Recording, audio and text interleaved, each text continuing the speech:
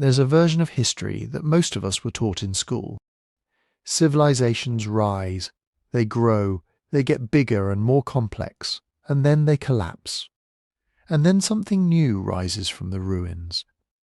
But here's the part that rarely gets said out loud.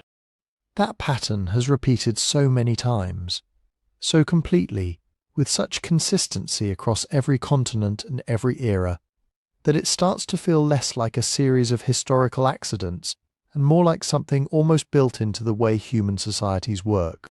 A rhythm, a cycle. Build, peak, reset. Build, peak, reset. And each time the reset comes, it doesn't announce itself. It doesn't send a warning, it just arrives quietly at first through a drought that goes on a season too long, or a trade route that goes silent, or a disease that spreads faster than anyone expected. Tonight, we're going to follow that rhythm across roughly 12,000 years of human history. We're going to look at what some researchers, half seriously, half hauntingly, call the waves of complex civilization. Not a straight line of progress, but something more like the ocean, each wave building enormous height before it crashes and recedes, leaving traces on the shore, and then the next wave comes. And tonight, we're on the 7th wave. Now, let me be clear about what this is and what it isn't. The idea that we're living in a 7th distinct civilization isn't a hard scientific claim. It's a thought experiment, and a useful one. A frame for noticing patterns that individual history lessons tend to obscure, because they're each too focused on their own era to see the larger shape. No serious archaeologist is going to draw you a numbered chart and say here, exactly 7 civilizations, each one starting fresh. The lines are messy, there's overlap, there's survival, there's continuity. But when you step back far enough, when you look at the collapses rather than the peaks, something becomes visible. Turning points. Moments where a complex system didn't just decline, it broke. Where populations fell, cities emptied, writing was forgotten, trade collapsed and people scattered. And then, over centuries, something new began to organize itself out of the wreckage. That's what we're tracing tonight. Not a conspiracy, not a myth, a pattern in the evidence. And speaking of evidence, we should talk for a moment about what we actually have to work with, because it matters. Some of what we know comes from archaeology, the physical remains of buildings, tools, pottery, grain stores, ash layers. Some comes from written records, though those records get thinner the further back you go, and they disappear entirely before about 3200 BCE. Some comes from climate proxies, ice cores drilled from Greenland and Antarctica that preserve air bubbles from thousands of years ago, lake sediment layers that record rainfall, pollen records that tell us what plants were growing and when they stopped. And some comes from genetics, the kind of population analysis that can read demographic catastrophe in the DNA of living people and trace it back hundreds of thousands of years. Each of these sources has limits. Archaeology misses everything that wasn't built in stone or buried in the right conditions. Written records reflect whoever was doing the writing, which was almost never the average farmer or labourer watching their world fall apart. Climate proxies are remarkably precise about temperature and rainfall, but say nothing about human decisions. And genetics can tell us that a population crashed, but not why, not what the survivors saw or felt or chose. So what we're doing tonight is reading from multiple sources at once, triangulating, getting as close as the evidence allows, and staying honest about the edges of what we know. If you're somewhere comfortable right now, settling in for the night, that's exactly why I make these. Drop a comment and tell me where you are and what time it is. It's one of my favourite things about this. I check comments and it's like Johannesburg at midnight, London at 2 a.m, Melbourne just after dawn, all listening to the same words at completely different moments in the same day. There's something almost civilizational about that, honestly. Millions of small human lives running in parallel, briefly touching the same story. Go ahead and subscribe if you haven't, because there's a lot more of this coming. Now, back to the pattern. What triggered each of these resets? That's the question we're going to be sitting with all night. And the honest answer is that it's almost never one thing. It's almost always a combination of pressures that converge at a moment when the system is already stressed. But there are categories of trigger that show up again and again across very different civilizations in very different eras, and they're worth naming now so you can watch for them. Drought is the oldest and most consistent killer of complex societies. Agriculture made civilization possible, but agriculture is brutally vulnerable to water. A single prolonged dry period can collapse grain stores, trigger famine, empty cities, and dissolve political authority within a generation. We'll see this with the Old Kingdom of Egypt, with the classic Maya, with the Indus Valley cities, with Angkor. Different continents, different centuries, same mechanism. Disease appears less often in the ancient record simply because we have fewer ways to detect it, but when it shows up catastrophically. The Black Death reshaped medieval Europe so completely that it's almost a civilizational hinge point on its own. We'll spend time there. Invasion and warfare appear in almost every collapse narrative. But here's the thing that keeps emerging from the research. Invasion rarely causes collapse by itself. Invaders are usually moving into systems that are already weakened by something else. They're the final wave hitting an already crumbling wall. Inequality is subtler and harder to see in the archaeological record, but it's there. When resources concentrate at the top of a social hierarchy, while the base of that society is being squeezed by drought or disease or rising costs, the system becomes brittle. It looks strong from the outside, and it shatters from the inside. And then there's what researchers sometimes call systems complexity, the way civilizations build layer upon layer of interdependence, until the whole structure becomes too fragile to absorb shocks. The more connected and efficient a system becomes, the less slack it has, and the less slack it has, the less resilience it carries into a crisis. This one is particularly worth keeping in mind as we get closer to the present. We'll move through all of these tonight, starting at the end of the last ice age and working forward toward the world we're living in right now. Sumer and the salt that slowly poisoned its own fields. The Indus cities that emptied so quietly that we still don't fully understand why. The Bronze Age collapse of 1200 BCE, one of the most dramatic civilizational resets in history. Rome and its long, slow unmaking, Teotihuacan, the city that burned. The Maya, Angkor, the medieval plague years, the Columbian Exchange, which reset entire hemispheres in ways that are still working their way through history. And then us, our civilization. The one built on fossil fuels and global supply chains and 7 billion interdependent humans, and a climate system that is shifting faster than any we've seen in the historical record.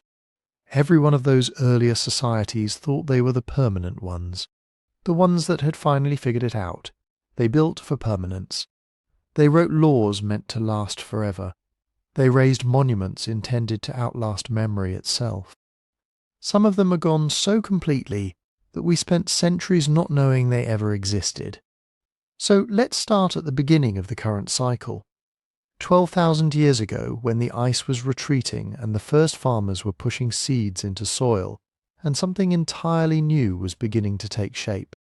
12,000 years ago, the world was warming, not gradually, not smoothly, but in fits and starts, lurching between cold and coldless cold across generations that would have had no way of knowing they were living through a planetary transformation.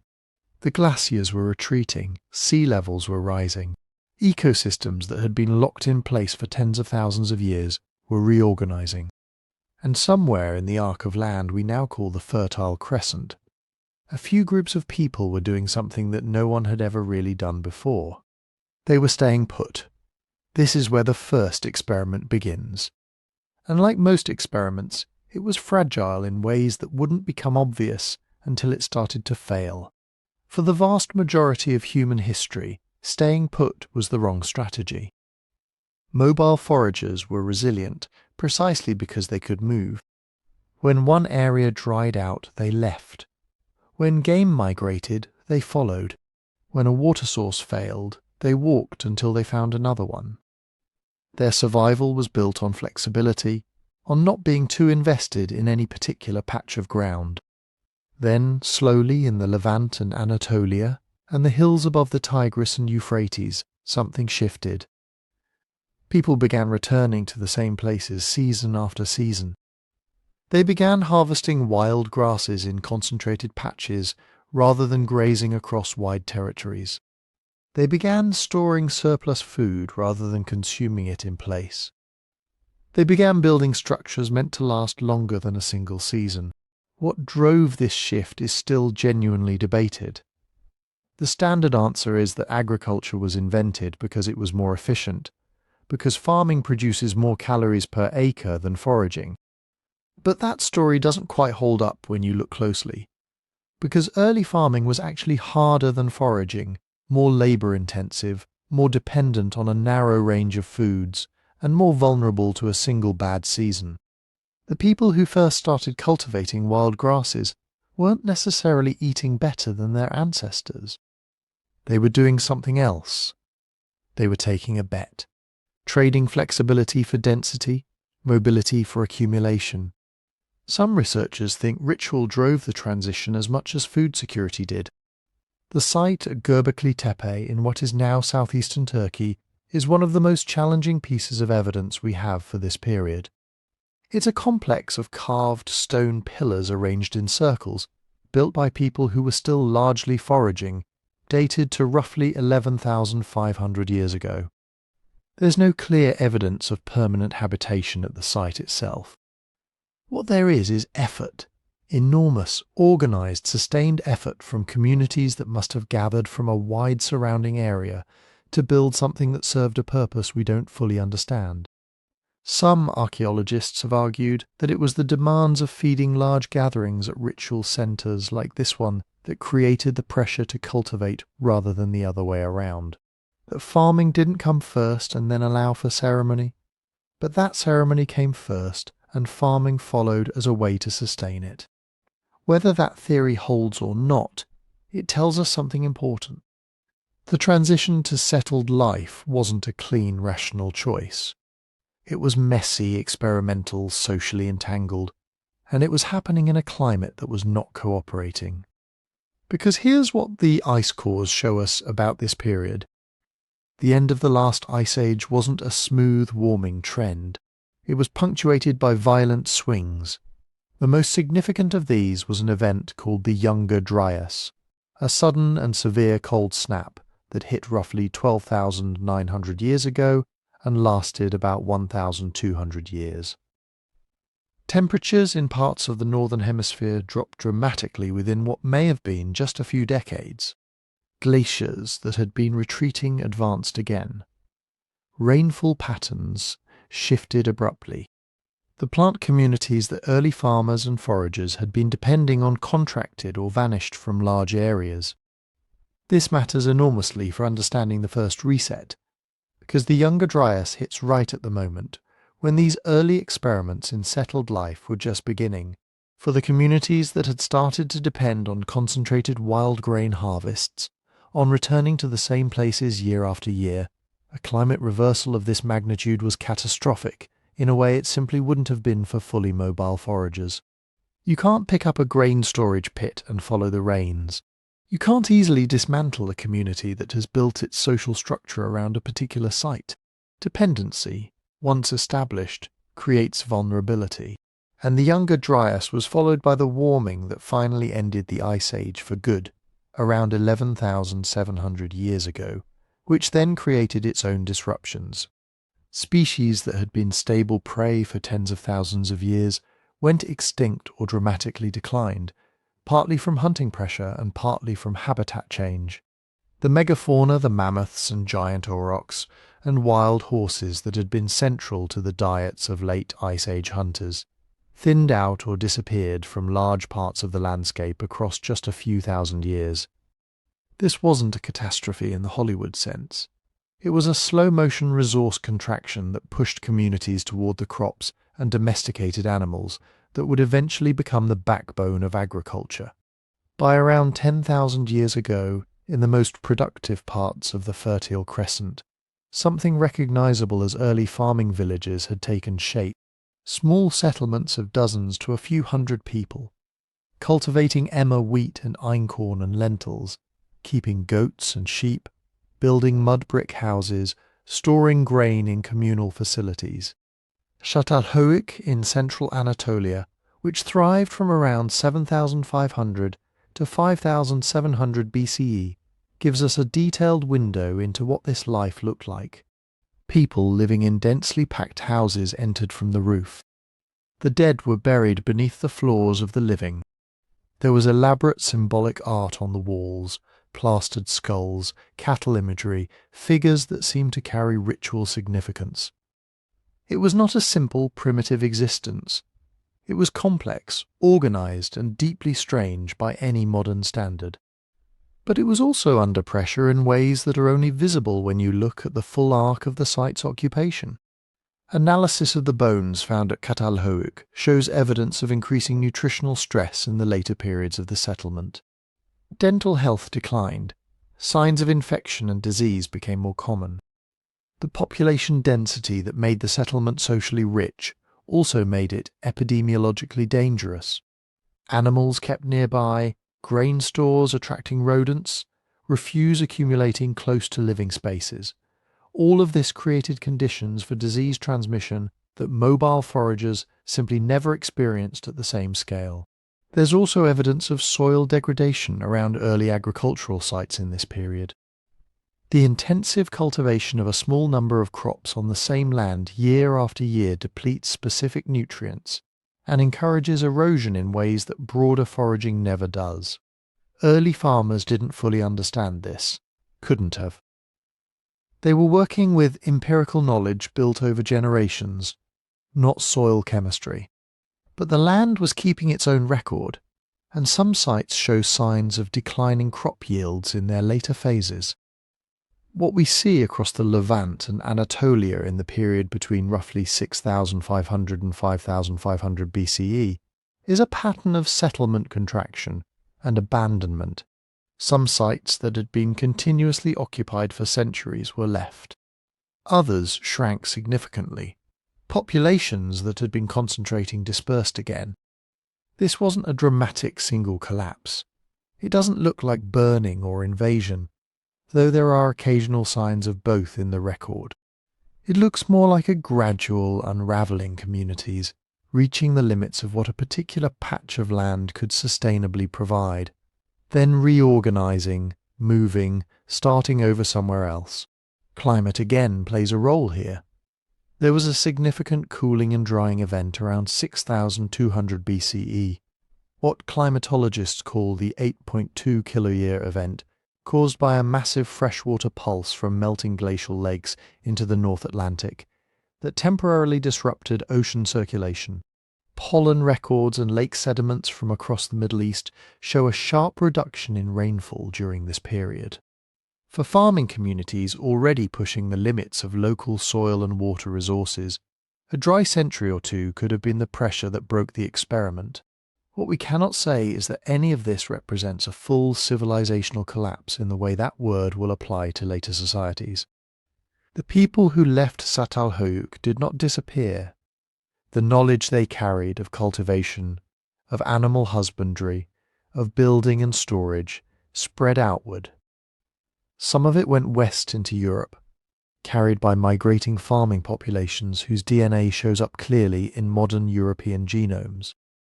Some reorganized into new communities with different strategies, learning from what had worked and what hadn't.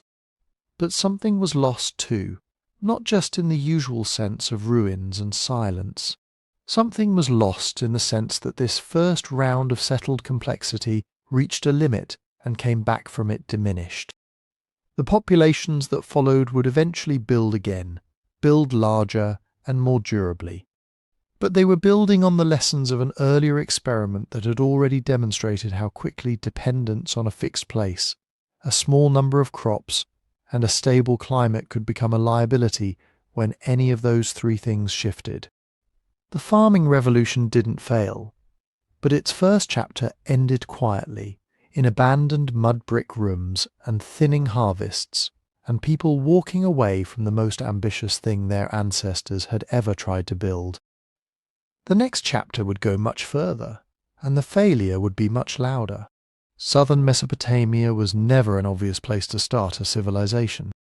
It was flat, flood-prone, and brutally hot for much of the year. The natural vegetation was patchy. Rainfall was unreliable. Unlike the hills and valleys of the northern Fertile Crescent, you couldn't count on regular winter rains to water your fields. Left alone, the southern alluvium between the Tigris and Euphrates was mostly marsh, steppe, and salt flats. But it had one overwhelming advantage that would seduce human beings into an entirely new level of risk: water you could move. By around 4000 BCE, communities in the south had begun to do exactly that. They dug channels from river to field, straightened natural waterways, threw up low levees along the banks. They learned how to open and close simple gates, how to flood a field and then drain it in time to plant. In a landscape where rain was a rumour, they were dragging rivers sideways. This was the irrigation miracle. Grain yields in well-watered fields on that deep, freshly laid alluvial soil could be astonishing. Barley and wheat, later mostly barley, grew thick and fast. Date palms thrived along the canals, creating layered ecosystems of fruit, fodder, and shade. With irrigation, you could produce not just enough food for your family, but surpluses big enough to support full-time craft workers, priests, and administrators. The logic that had begun in the small hill villages now took a leap.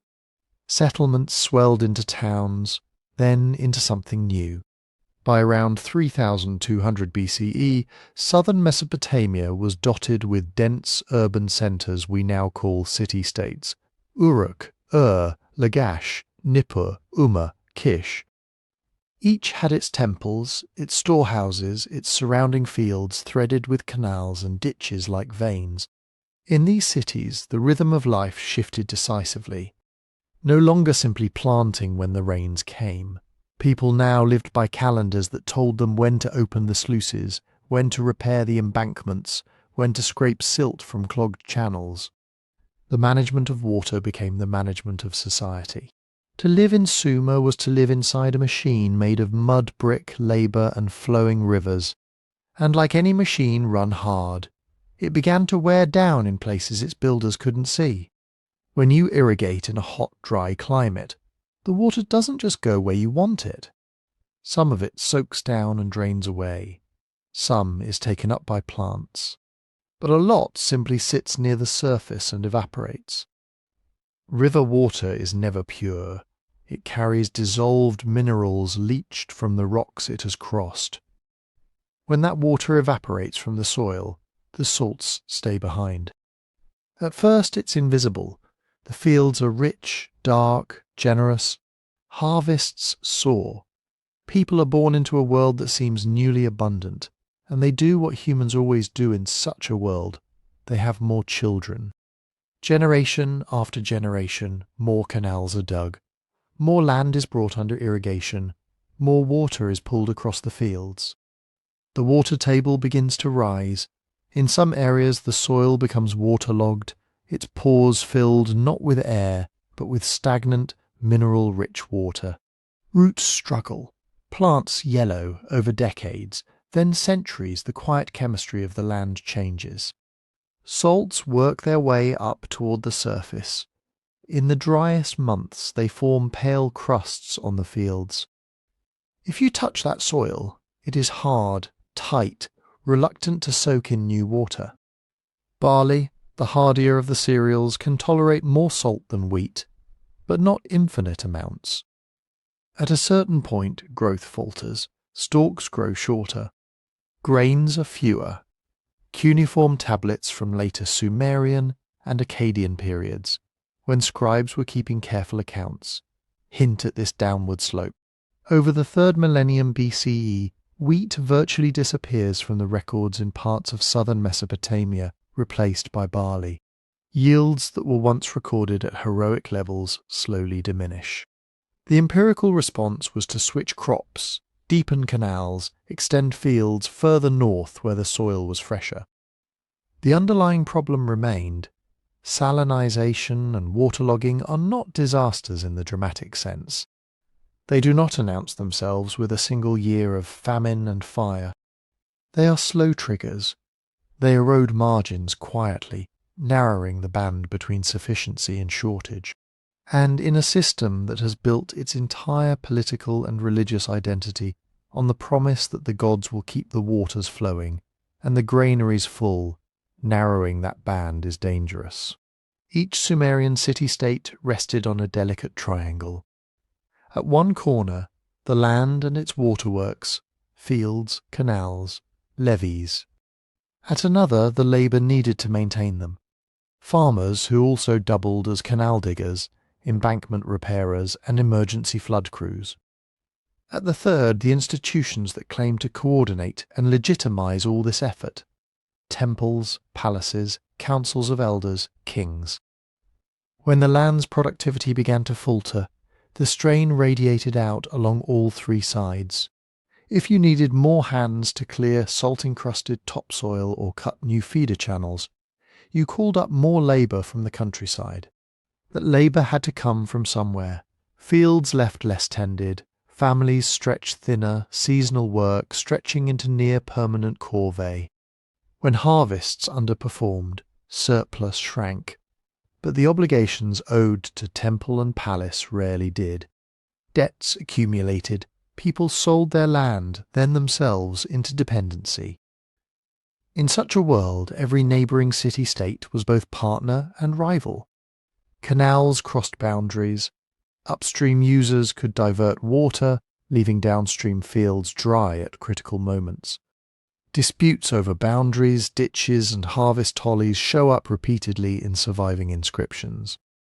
One famous text from Lagash boasts of boundary stones erected after conflict with Umma over exactly such issues, who controlled which fields and who had the right to use which waters. Environmental stress did not mechanically produce war or revolt, but it made each slight more consequential. A failed harvest in 1 year might be manageable. A series of mediocre years on soil whose best days were behind it made rulers look weak and gods seem inattentive. Legitimacy in Sumer was not an abstract quality. It was measured in full granaries, in successfully coordinated irrigation campaigns, in the performance of rituals that supposedly guaranteed the Nile's or here the river's cooperation. Different cities tried to solve this fragility in different ways. One solution was cooperation, shared canal projects, negotiated schedules of water release, joint religious festivals that symbolically bound communities together. Another was hierarchy. If coordination was difficult between equals, perhaps it would be easier under a single dominant power. This is the world into which Sargon of Akkad stepped, sometime around 2330 BCE. The details of his rise are wrapped in later legend, but the broad outline is clear. From a power base in northern Mesopotamia, where rainfall agriculture and fresher soils offered a slightly different ecological balance, Sargon conquered Sumerian city after city, forging what is often called the world's first empire, the Akkadian Empire. On paper, this looked like a solution. Instead of a patchwork of rival canal regimes, a single authority could, in theory, coordinate water use and labour across a vast region. Grain from the more productive north could supplement the salt-stressed south. Garrisons could keep rebellious cities in line. Trade routes from the Levant, Anatolia and the Iranian plateau could be funneled through Akkadian-controlled hubs, bringing in timber, stone and metals in exchange for surplus grain and textiles. But empires change the way shocks move through a system. They do not eliminate vulnerability. They redistribute it. Under the Akkadians, local surpluses were tied into long-distance obligations. Grain that might once have buffered a city against a bad year now flowed to the imperial centre as tax to feed armies and court officials. When irrigation shortfalls hit one area, There was less slack left in the system for local adaptation. Administrative records from the later Akkadian period show an increased emphasis on controlling labour, on tracking workers, on organising large-scale canal and building projects. The machine was running hot, and then in the late 23rd and early 22nd centuries BCE, the system faltered. Here, the evidence splits into overlapping possibilities rather than a single clean story.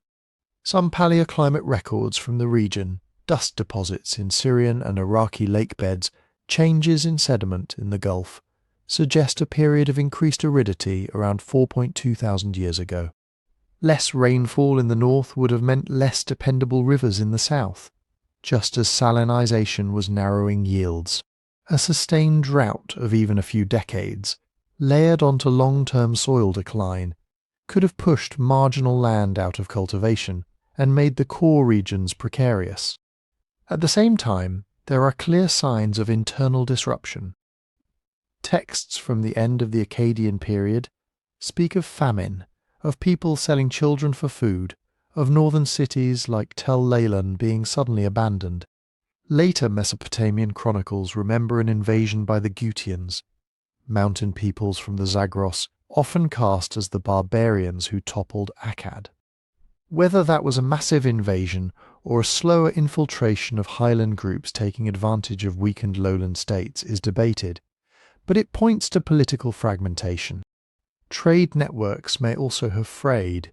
If routes bringing in crucial resources like timber and metal were disrupted by conflict or climate stress in distant regions, the prestige economy that sustained Akkadian elites would have been shaken. An empire that had tied so much of its legitimacy to visible displays of strength and wealth suddenly had fewer ways to perform that strength. And always in the background, the rivers themselves were shifting. The Tigris and Euphrates are not fixed lines on a map. They meander, split, abandon channels, carve new ones. Over centuries, major branches moved away from some urban centres and toward others. A city perfectly placed on a main branch in one century could find itself stranded on a minor channel or a silting backwater in the next. Maintaining canals over longer and longer distances to chase the receding water increased costs and vulnerability. None of these factors exists in isolation. A drier climate could reduce river flow, amplifying the impact of salinisation. Lower productivity could intensify labour demands just as imperial authority was stretched thin. Trade disruptions could undermine the ability to import food during shortfalls. External raids could multiply when border garrisons were underfed. Rather than a single blow, the Akkadian collapse looks increasingly like a convergence of stresses, environmental and social, interacting over a few tense generations. When the empire finally unravelled, it did not take Sumer with it in a single apocalyptic fall. The reset here was uneven, patchy, and deeply characteristic of how early civilizations fail. Some urban centres shrank dramatically. Populations moved northward toward regions with more reliable rainfall and less salt-stressed soils, into Upper Mesopotamia and the Levant. Other communities shifted east, up the Diyala and into the Piedmont. There are signs that certain canals were abandoned, fields left fallow or turned to pasture. In what had been core Akkadian territories, archaeological layers thin out for a time, suggesting depopulation or at least dispersal. Administratively, the imperial apparatus fractured. Scribal schools that had once written in Akkadian for a unified court began to serve smaller local kings again. New dynasties rose in different cities. In southern Mesopotamia, the so-called Third Dynasty of emerged a century or two later, attempting once more to centralize power over much of Sumer and Akkad with its own ambitious bureaucracy. Culturally, though, there is striking continuity. The cuneiform script persisted and evolved. The Sumerian language remained in use as a sacred and scholarly tongue, even as Akkadian became the main spoken language. Myths, legal formulas, hymns, and administrative templates were copied and recopied across the transition. Temples were rebuilt on the same sacred sites. The basic grammar of civilization, irrigation, writing, kingship, temple economies survived the political break. The salt in the soil did not end the story of Mesopotamia, but it bent its trajectory. It helped push populations away from some landscapes and toward others. It narrowed the zones where dense urban life could thrive. It made rulers more dependent on increasingly elaborate control systems that, in turn, made their states more brittle. In Sumer, the reset after Akkad was not a return to foraging or a blank slate.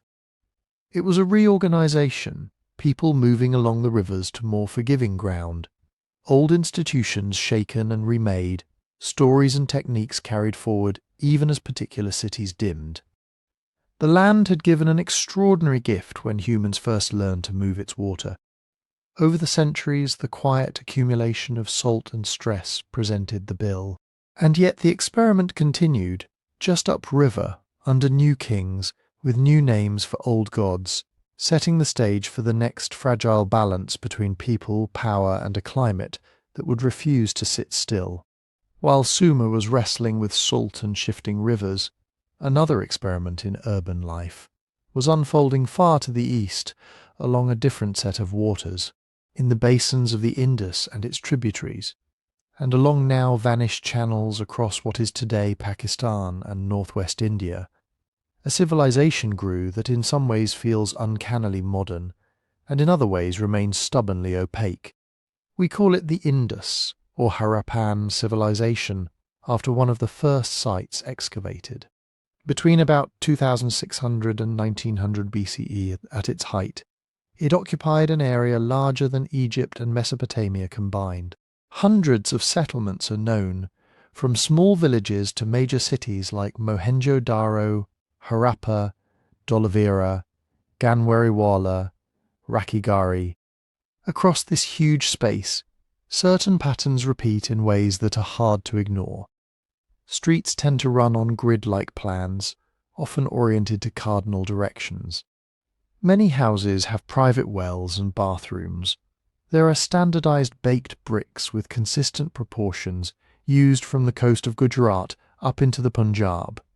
Seals with distinctive animal motifs show up in distant towns. Weights made from chert or other stone follow the same graduated series across hundreds of kilometers. This does not necessarily mean a single centralized empire with one king giving orders to all. It does mean some kind of coordination, or at least shared norms, operating over an immense landscape. Someone had to teach the brickmakers the ratios, to accustom merchants to the same weight series, to spread a recognizable script incised on seals and tablets. But we do not have royal inscriptions. We do not see giant palaces towering over subject quarters. We do not know the names of their rulers or even their gods with certainty.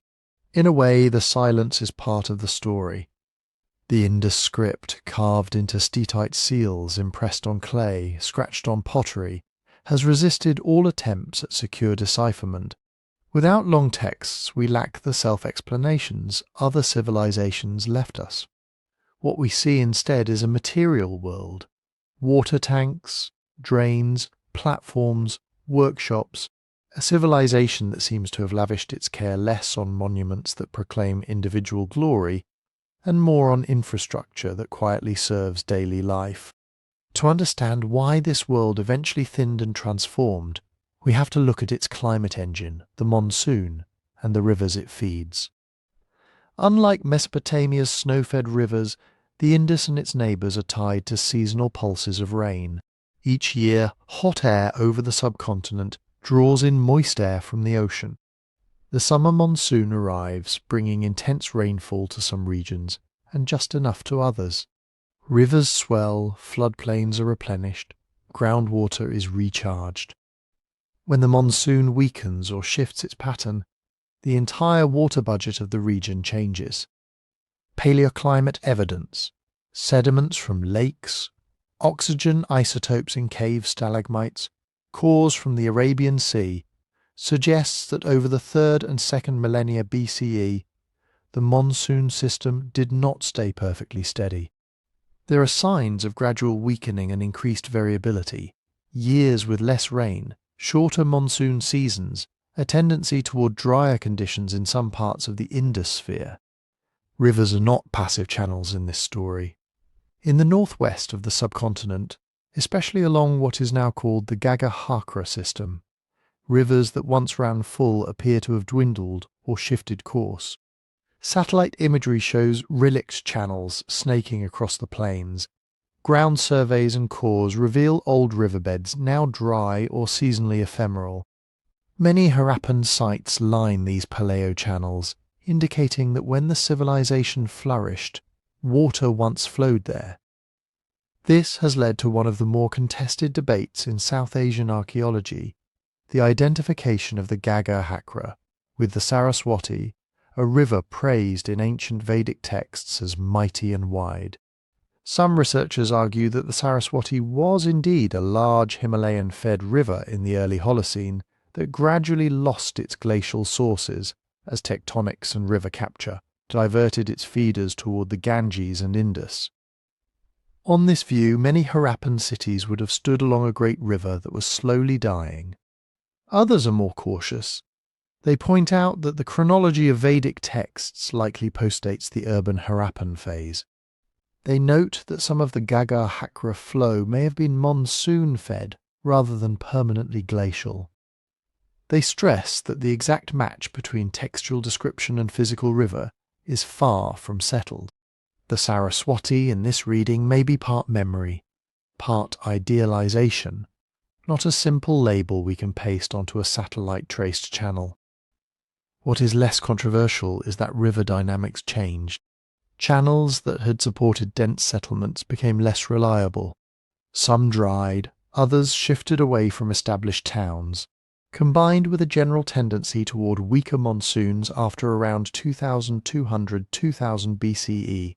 This would have made rain-fed agriculture in some regions riskier and irrigation more challenging. Here again, we should avoid imagining a single great drought that toppled cities overnight. The pattern looks slower, more granular. In many areas we see a gradual decrease in the size and density of urban centres after about 1900 BCE. Large cities contract. Some are abandoned. New settlements appear in areas with more dependable rainfall farther east, closer to the Ganges basin, or in zones where smaller, flexible communities can adapt to local water conditions. Artifacts shift too. The standardized weights that had underpinned long-distance trade with Mesopotamia and the Persian Gulf become less common. The distinctive Indus script appears less frequently, then disappears entirely from the record. Craft specialization in urban workshops gives way to more locally varied production in villages and small towns. This is deurbanization, but not disappearance. The people did not vanish. They resorted themselves along new ecological lines. Fields that had once fed giant brick cities now supported scattered rural communities. Trade networks reoriented, perhaps focusing more on regional exchange than on distant ports. Cattle raising, small-scale farming, and mixed subsistence strategies took the place of large, heavily planned urban economies in many regions. Why did this change take the form it did? Climate and river shifts are part of the answer, but probably not all of it. Other theories have been offered. Early archaeologists, influenced by patterns they thought they saw in Mesopotamia, and by their own colonial scripts, imagined invading Aryan warriors sweeping down from the northwest, sacking cities and replacing the Harappans. Later, some argued for internal revolt, class conflict, or disease outbreaks. The evidence for any single dramatic trigger is thin. There are very few clear destruction layers in Indus cities, not many burned horizons strewn with weapons and bodies. Some skeletons at Mohenjo-Daro were once interpreted as victims of massacre. More careful analysis suggests they accumulated over time and were disturbed by later erosion and building, not a single violent event. There is no unmistakable signature of a plague that ripped through a dense urban population and emptied it in a generation. Instead, what we see lines up with long-term stress and gradual adaptation. Weaker, less predictable monsoons would have cut yields and made irrigation schedules harder to manage. Rivers changing course would have stranded some cities from their lifelines and forced expensive, uncertain engineering projects to keep water flowing. Trade links to Mesopotamia, which at times had been robust, seemed to have fluctuated and then declined, especially as Mesopotamia itself endured its own cycles of crisis. In such conditions, the logic of living in huge, heavily planned cities may have inverted. The very systems that had made urban life powerful, centralized storage, standardized production, large-scale coordination, can become liabilities when the inputs they depend on grow unreliable. Smaller, more dispersed communities, able to flex with local microclimates and draw on a mix of crops, herding and foraging, may simply have coped better with a more fickle monsoon world. The reset here, then, is not a sudden void but a slow reorganization. The Indus urban experiment did not end with everybody walking away into a dark age. It morphed. Scripts fell silent, but some of the cultural threads, ceramic styles, settlement patterns, perhaps religious symbols, seemed to carry on into later village cultures of the subcontinent. Languages changed, rituals shifted, but the people living on those plains were often descendants of the same communities that had once built great brick cities aligned to the stars and the flow of vanished rivers. When we look back, it is tempting to search for a single moment when the Indus civilization fell. The ground refuses to give us that clean line. Instead, it shows a civilization tuned to a particular pattern of water, strong, reliable monsoons feeding broad, steady rivers, gradually retuning itself as those patterns drifted. The quiet drying did not smash the cities so much as make them less and less the obvious answer to the question of how to live. In that sense, the Indus story is another reminder that resets in human history are often less about endings than about changing forms. The brick grids loosen, the drains clog and are not cleared. The weights and seals go out of use. People walk away, not into nothing, but into different ways of arranging land, labour, and belief under a sky whose reigns no longer quite match the old plans. And as they do, other river worlds, like the narrow green ribbon of the Nile, take their turn at testing how long complex societies can ride a climate that is never truly still. Along that ribbon, timing was everything. For Egypt in the Old Kingdom, roughly the 3rd millennium BCE, the Nile was not just a river. It was a calendar, an accounting system, and a quiet, predictable miracle.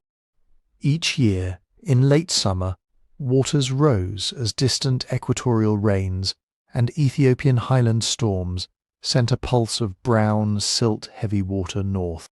The flood spilled gently over the banks, seeped into the fields, then retreated, leaving behind a thin skin of black mud that made wheat and barley grow in seemingly effortless abundance. Administration was built around that pulse. Scribes marked the heights on nilometers, stairways carved into the riverbanks and temple walls. Tax assessments were pegged to how high the water climbed. A generous inundation meant full granaries, content farmers, and the surplus labour to quarry stone, haul blocks, and stack them into the clean geometric certainties of pyramids. A low flood meant careful counting, tighter rations, and anxious prayers. The image we carry of the Old Kingdom, serene pharaohs in diorite, unblinking sphinxes, sun glittering on limestone, hides how narrow the margin really was. Egypt's cultivable land was a narrow strip hemmed in by desert.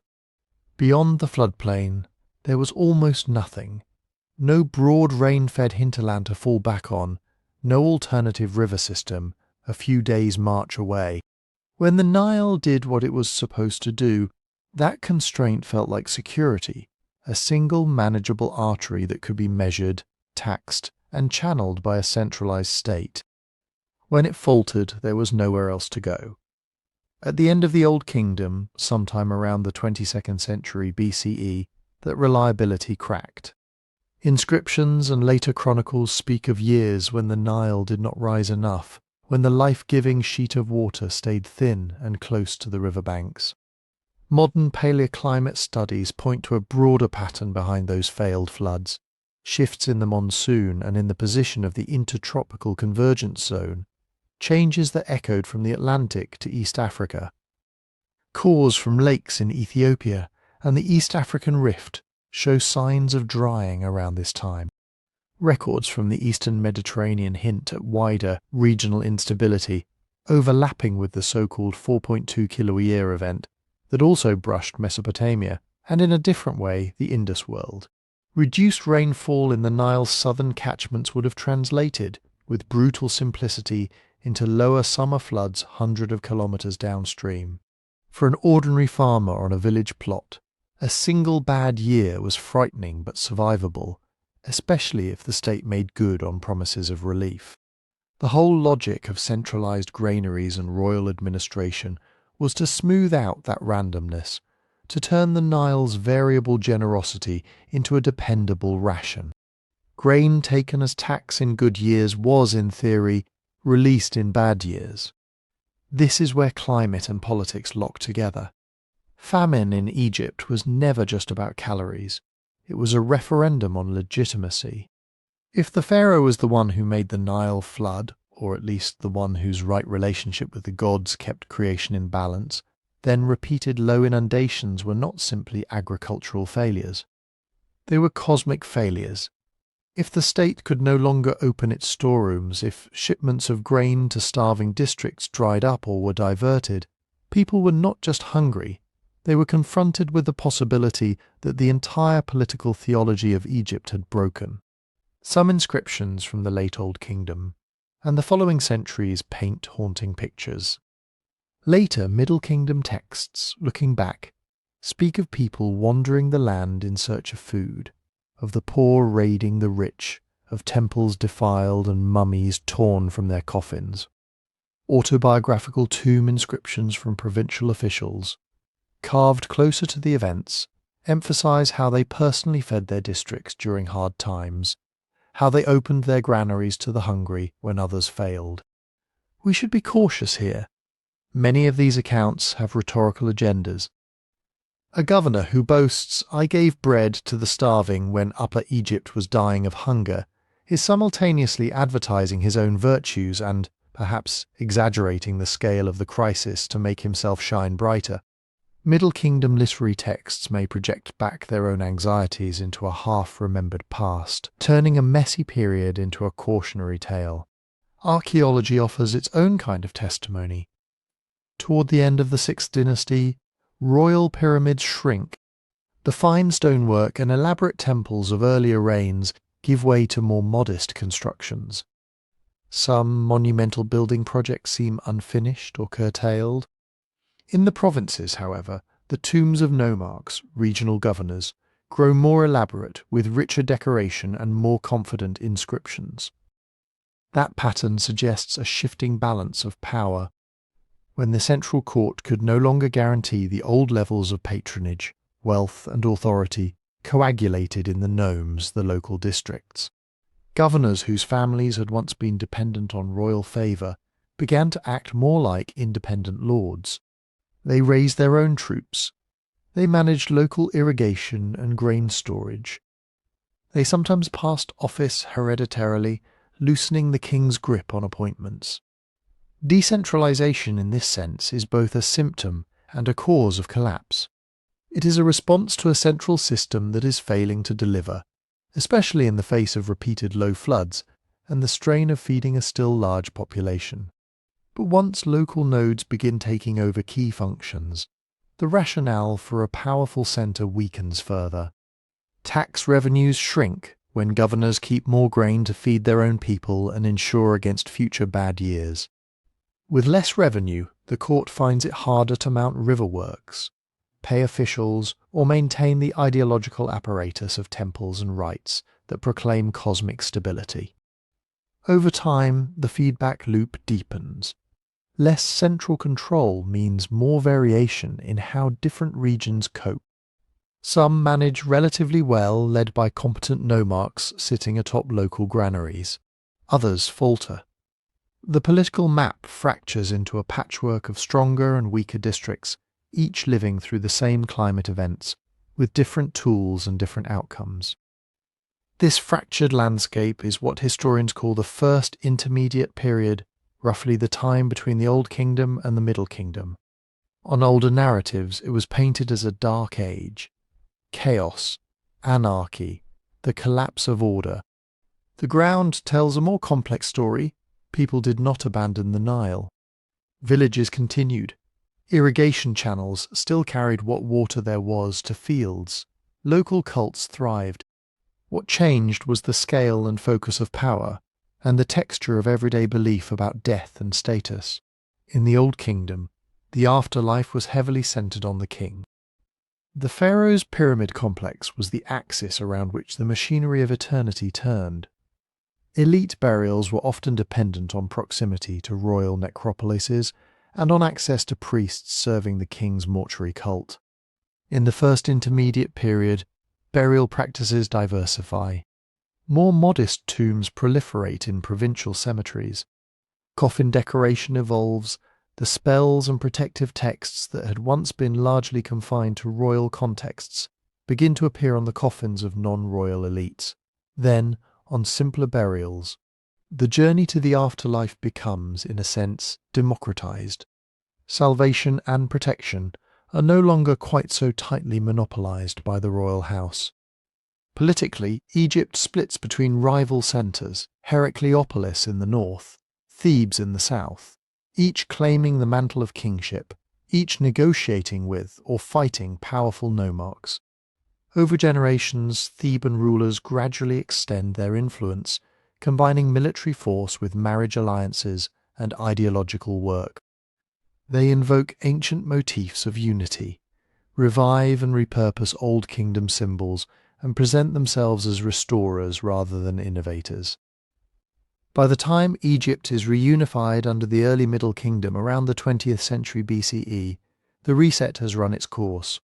The centralized state returns, but not as a simple copy of what came before. Memory of the failed floods, and of the time when local officials had to fend for themselves, is woven into new policies and new narratives.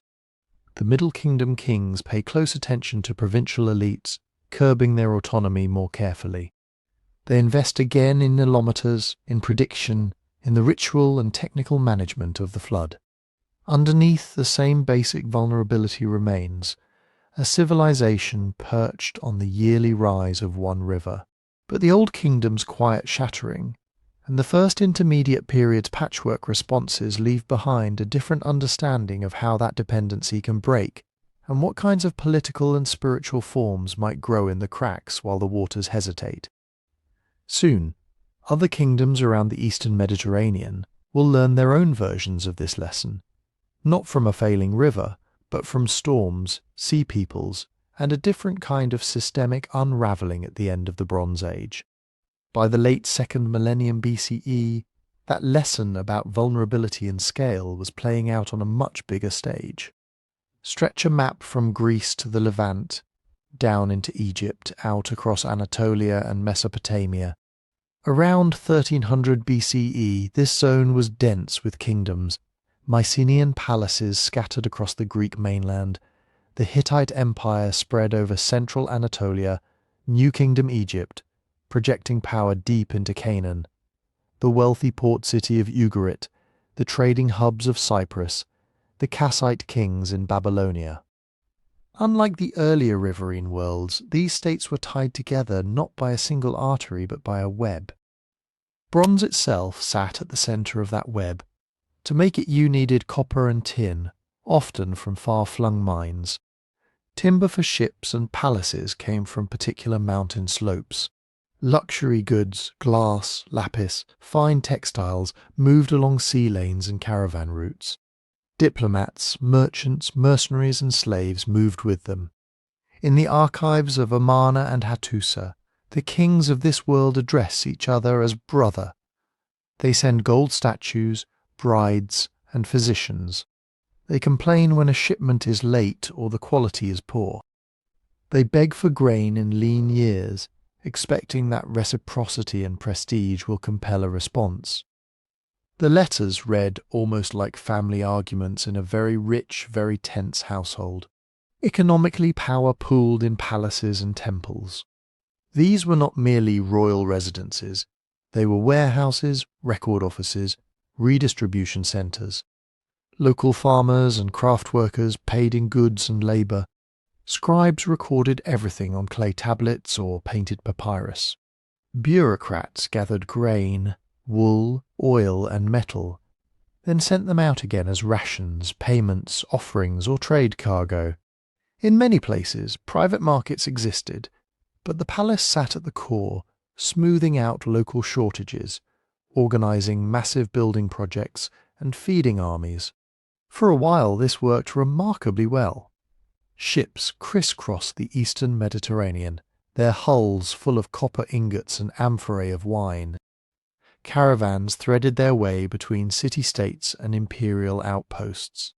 When one region had a bad harvest, another could in theory send relief. The system's very interconnectedness was its strength, and also its weakness. Around 1200 BCE, the dates blurred differently in each region. The system began to tear. Archaeology shows a cluster of destructions, palaces burned, fortifications smashed, whole cities abandoned. The Hittite capital at Hattusa falls. Ugarit is levelled and never really returns. In Greece, the palaces and Mycenae, Tiryns, Pylos, are damaged or destroyed over the course of a few generations. Egyptian inscriptions speak of enemies swarming by land and sea. Within a human lifetime or two, the late Bronze Age political map is almost unrecognisable. Older narratives sometimes looked for a single trigger. A great invasion, a superweapon, a sudden change. The evidence suggests something more tangled. In tree rings, lake sediments and speleothems, the slow mineral accumulations in caves, scientists see hints of climate stress in the eastern Mediterranean around this period. Some proxies show decades of lower rainfall, more frequent droughts, punctuated by occasional severe storms. In the Levant and parts of Anatolia, pollen records suggest fields turning to scrub, then to steppe. Written records from Ugarit and Hatti mention grain shortages, pleas for food, caravans of grain dispatched in crisis. For states that depended on surplus harvests to feed large urban populations and garrisons, even a few bad years could strain the system. When lean years lined up into lean decades, the strain became existential. At the same time, the eastern Mediterranean sits along active fault zones. There are layers in several coastal and inland sites where collapsed walls, oddly twisted masonry, and sudden rebuilding phases point toward major earthquakes within roughly this time frame. A palace built heavy and tall is impressive in still weather. Under shaking ground it becomes a pile of stone. You can imagine the sequence. A harvest comes in light. The palace reduces rations. Another harvest fails. Requests go out to a friendly brother king, but he is facing his own shortages. An earthquake hits. Storage jars shatter, roof beams fall, scribal tablets bake in sudden fires. The very buildings meant to anchor the system become expensive liabilities to repair.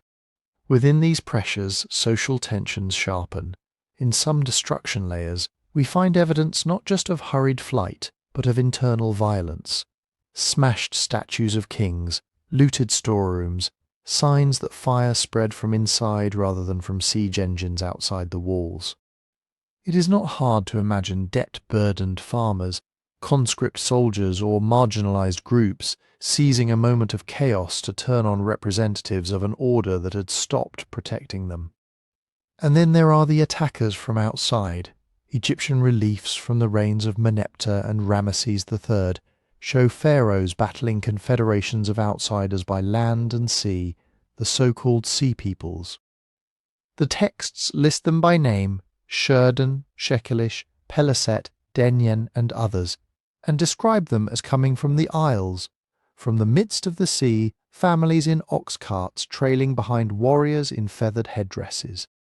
For a long time these sea peoples were cast as the prime movers, the mystery horde that swept down and destroyed civilization. The picture is murkier. Almost all of our sea peoples information comes from Egyptian sources which have their own agendas. Pharaohs liked to frame victories as the defeat of singular, terrifying threats. They also tended to lump diverse groups into blanket categories. The inscriptions do show serious conflicts, attempted invasions of Egypt, battles in the Nile Delta, naval engagements. But they do not show a simple one-way invasion wave radiating outward to topple every palace from Greece to Syria. Archaeology adds nuance. Some of the named groups may have roots in the central Mediterranean or western Anatolia. Some may be displaced mercenaries, former allies turned raiders when their paymasters collapsed. Some may be local populations along the Levantine coast, newly organised into mobile warbands as older political structures failed. The sea peoples, in this view, are less an external force from nowhere, and more a symptom, fragments of the existing system, set loose and made dangerous by the same stresses shaking palaces elsewhere. When harvest shortfalls, earthquakes, internal revolts, and organised raiding all land within the same decades. A highly connected system behaves differently than a more isolated one. In an interconnected Bronze Age world, a burned port is not just one city lost, it is a broken link in a chain. Copper can't reach the smiths, grain shipments are delayed, diplomatic marriages that were supposed to cement peace never happen because one of the partners never comes of age in a functioning court. Each failure amplifies the others. A kingdom already stretched thin by drought has to raise more troops to deal with raiders. To feed those troops, it increases demands on villages already near subsistence. Resentment grows, loyalty weakens. If an earthquake then damages key storage facilities, there is little buffer left. When a neighbouring state falls, refugees pour across the border, adding new mouths and new uncertainties. This is what historians sometimes call a systems collapse, not the obliteration of a people, but the sudden incapacity of a complex web of institutions to do what they were built to do. The palaces stop redistributing. The long-distance trade networks fray. Specialist crafts dependent on elite patronage wither. War becomes more local, uglier, less bound by the diplomatic etiquette of great kings. From a distance of 3,000 years, it can look like a clean break, a dramatic before and after. Up close, in the layers of soil and the gaps in the records, the reset is uneven. Urban centres contract. Some are entirely abandoned, left as silent mounds by the sea. Others shrink to fortified hilltops, their once grand courtyards turned into crowded neighbourhoods or small citadels.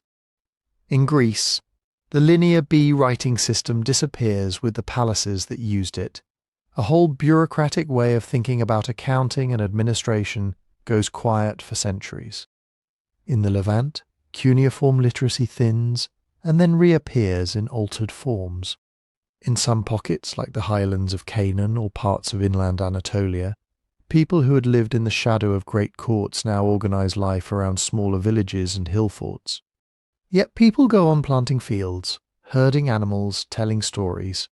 New polities rise in the spaces cleared by the Bronze Age storm. In the Levant, small kingdoms coalesce. Early Israel and Judah, Aram, the Philistine city-states whose material culture may preserve traces of those wandering sea peoples. On the Phoenician coast, cities like Tyre and Sidon rebuild and, in time, turn outward, founding colonies across the Mediterranean. In Anatolia and northern Syria, Neo-Hittite principalities keep fragments of old traditions alive in new political forms. From the vantage point of those who loved the old order, the scribes whose tablets stop mid-series, the kings whose names end abruptly, the collapse must have felt like an ending. From the perspective of deep time, it looks more like a violent pruning, after which new, differently shaped branches grow. The late Bronze Age had tested how far complexity and interdependence could go on the technologies and climates of its time. It reached impressive heights, then discovered the costs when too many stresses converged. Later empires would push the experiment further still, building bigger networks on new foundations, and discovering their own thresholds where resilience turned, almost imperceptibly, into fragility. By the time Rome took its turn at the centre of the world, the experiment had scaled up again. Instead of a web of great kings, there was, increasingly, just one. A single imperial system stretching from Britain to the Euphrates, from the Rhine to the Sahara. One coinage, one legal framework, one network of roads and ports linking dozens of provinces into something that felt, at least to its elites, like a single organized world. So when people talk about the fall of Rome, it's tempting to imagine another 1200 BCE moment. A date, a sack, a single breaking point when everything comes crashing down. But the Roman reset doesn't behave like that. It feels less like a palace going up in flames, and more like a centuries-long unbraiding. Fibres slipping loose one by one until, suddenly, you realise the rope is no longer holding the same weight. Part of that unmaking happens inside the system itself.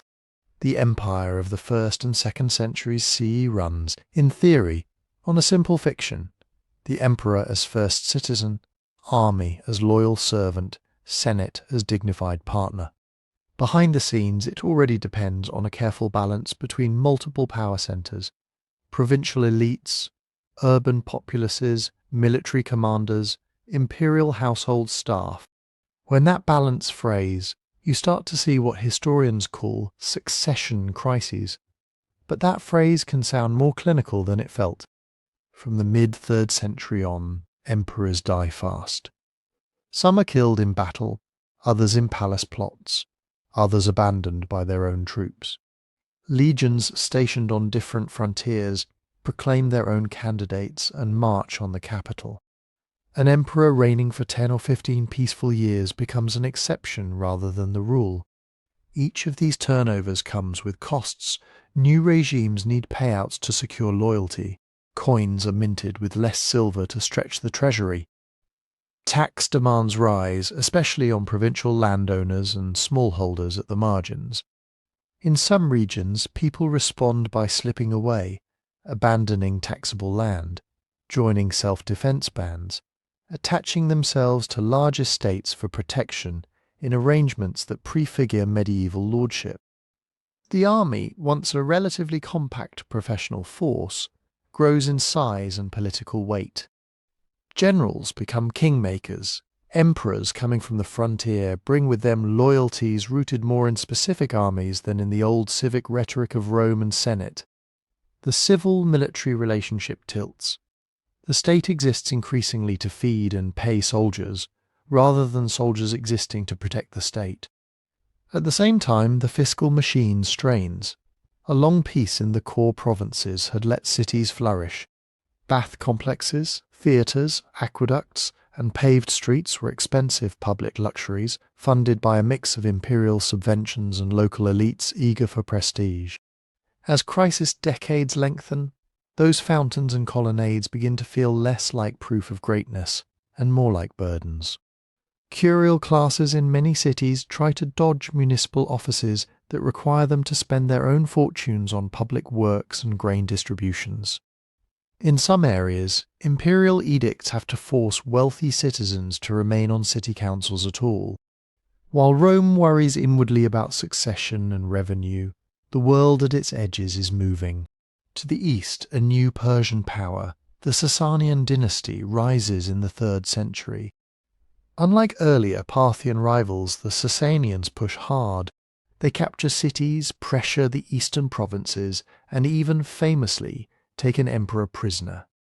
The old assumption that Rome holds a permanent upper hand along the Euphrates becomes untenable. Emperors have to be present in the east more often, tying up troops and attention that might otherwise stabilize other frontiers. To the north, along the Rhine and Danube, the picture is even more fluid. For centuries, Rome had preferred to manage its neighbours through a mix of intimidation, subsidies, and selective recruitment. Germanic and other groups moved, split, coalesced, and traded under the shadow of the legions. Some individuals entered Roman service, rising to high rank. Others supplied furs, slaves, and raw materials. Climate and demographic shifts in northern and eastern Europe, still being pieced together from pollen, tree rings, and archaeology, seem to have set large populations in motion by the late 4th and 5th centuries. When the Huns appear on the steppe, pushing other groups before them, whole confederations like the Goths look south toward the imperial frontier, not as raiders but as desperate migrants. The empire, stretched and brittle, tries to manage this by turning outsiders into insiders. Large groups are settled within imperial borders as foederati, allied peoples obligated to provide troops in exchange for land and rations. On paper, this looks like an efficient solution. New soldiers, new farmers, revived frontier zones. In practice, it creates regional military power blocks with their own leaders and grievances. Commanders with partly non-Roman followings become pivotal figures. Some, like Stilicho or Aetius, hold the system together for a time. Others, like Alaric and later Odoacer, find leverage in threatening to let their troops off the leash. In the background of these political and military changes, quieter forces may also be at work. From the late 2nd century onward, written sources describe devastating epidemics. The so-called Antonine Plague, then the mid-3rd century plague, later waves in the 6th century under Justinian. Their exact pathogens remain debated, but burial evidence, ancient descriptions, and DNA from later outbreaks point toward a world in which sudden, severe mortality shocks were not rare. Each major epidemic doesn't just kill individuals. It scrambles economies, tax rolls empty out. Experienced administrators, soldiers, and artisans vanish. Fields go untilled. Armies struggle to refill their ranks. Survivors inherit land and responsibilities, changing local power structures in ways our records only hint at.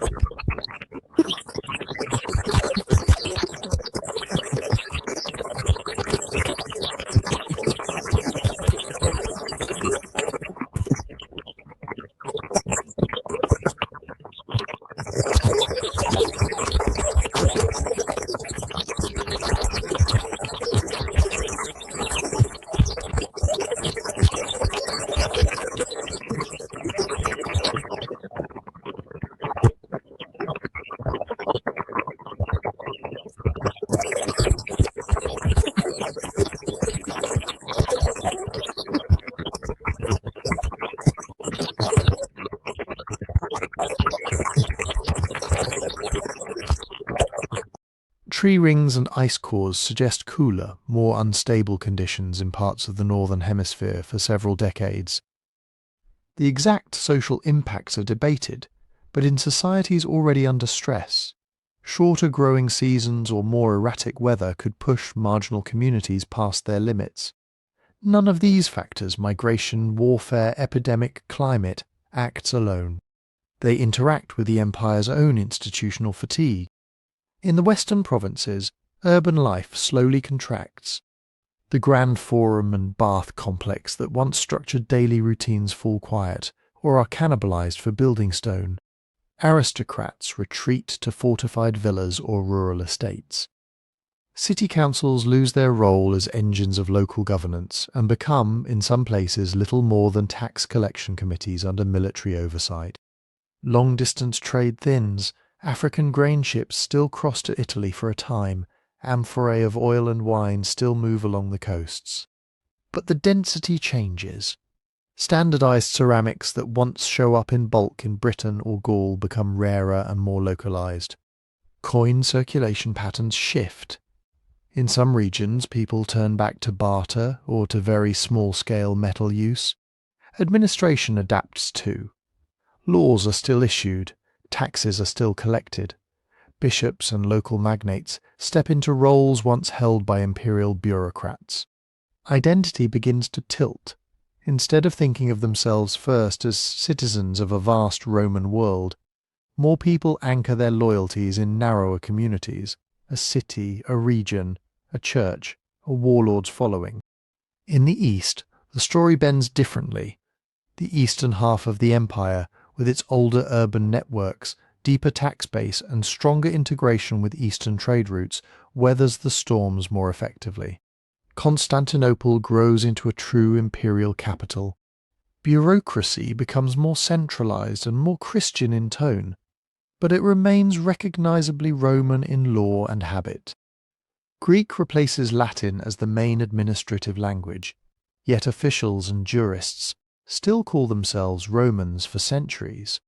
So when a child is taught that Rome fell in 476, what they are really being given is a convenient marker. The year a Western emperor is deposed by a general of partly barbarian background, and no replacement is set up in Italy. On the ground, in Gaul, in Spain, in North Africa, life has already been shifting for generations. Roman law codes are copied and adapted by new kings.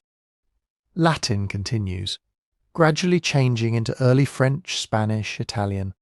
Some cities shrink to fortified hilltops, others persist as modest regional centres. Christian churches, once minorities, become major institutions, inheriting many of the old empire's habits of record-keeping and moral authority. What changed across this long transition was not the existence of people on the land, but the way they were linked. A unified imperial administration gave way to a patchwork of kingdoms. Professional armies paid in coin were increasingly replaced by mixtures of royal warbands, local levies, and federate troops. City-centred urban life dimmed in many western regions, while in the east it continued in altered but continuous forms. Trade networks narrowed and rerouted, favouring shorter hops and different hubs. Identities that had once stretched comfortably across an empire folded inward and fragmented. From a distance, the Roman world dissolving into post-Roman Europe can look like a fall. Up close, it resembles another kind of reset, a slow, uneven reconfiguration in which an overextended system relaxes into a looser, more localized pattern, clearing the stage for new empires, new faiths, and new experiments in how to hold a world together. By the time Rome was unwinding in the old world, another experiment in how to hold a world together had already come and gone in the new. Long before the Aztecs, before the Spanish, there was a city in the high basin of central Mexico whose name we don't actually know. The people who lived there left no written chronicles that we can read. When the Aztecs arrived centuries later and saw its abandoned pyramids, they called it Teotihuacan, the place where gods are made. At its height, around the first half of the first millennium CE, It may have been home to 100,000 people, maybe more. In a world of villages and small towns, this was something else entirely. A planned city 12, 15 square miles across. A central avenue more than a kilometre long, flanked by pyramids, plazas, and apartment compounds built of stone and adobe. Markets that drew obsidian, shells, cacao, and feathers from hundreds of miles away. Its influence radiated far beyond the basin of Mexico. Teotihuacan-style pottery and obsidian blades show up in Maya cities hundreds of kilometres to the east. Murals painted in its distinctive style appear in distant towns. Rulers in places like Tikal sometimes took on Teotihuacan imagery and titles, or were buried with goods clearly linked to the great city. Some archaeologists think Teotihuacan sent actual armies into the Maya lowlands at least once. Others see it more as an overwhelming cultural magnet, a place everyone had to reckon with. And yet, by about 550–600 CE, this immense urban machine was coming apart. Unlike Rome, Teotihuacan's reset does have that shock image if you zoom in on the archaeology. Not just decline, but fire. Excavations along the central avenue and in elite compounds show something striking. At a certain horizon, buildings that had been maintained for generations are suddenly burned. Sculptures are smashed. Temple images are defaced. In some compounds, precious objects are scattered or taken. In others, they are left behind amid ash and rubble, as if whatever happened came quickly. This isn't the gentle sagging of roofs and walls over time. It looks like targeted destruction, and it's selective. The Great Pyramid of the Sun doesn't show the same kind of burning. The smaller temples, the administrative and priestly complexes along the Avenue of the Dead do. Iconic images of rulers and gods are toppled or mutilated. Administrative compounds that had managed resources and ritual for the city's core seem to have been special targets. That pattern has led many researchers to see the end of Teotihuacan as at least partly an inside job. Maybe it was an uprising of commoners or mid-level elites against an entrenched priestly class. Maybe it was a coup by rival factions within the ruling strata. The careful defacing of symbols of authority, the burning of official buildings, the apparent sparing of some residential areas suggest not random raiding from outside, but people who knew exactly what they wanted to hit. But as with most civil conflicts, the spark probably didn't come from politics alone. It arrived in a world already under stress. The basin of Mexico is a highland bowl. Teotihuacan sat in a landscape of lakes, springs, and volcanic soils that, with careful farming, could support dense populations.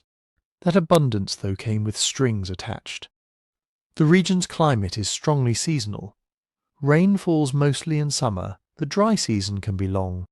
Pollen cores and lake sediments suggest that, as Teotihuacan grew, people were clearing forests on nearby slopes for fields and fuel.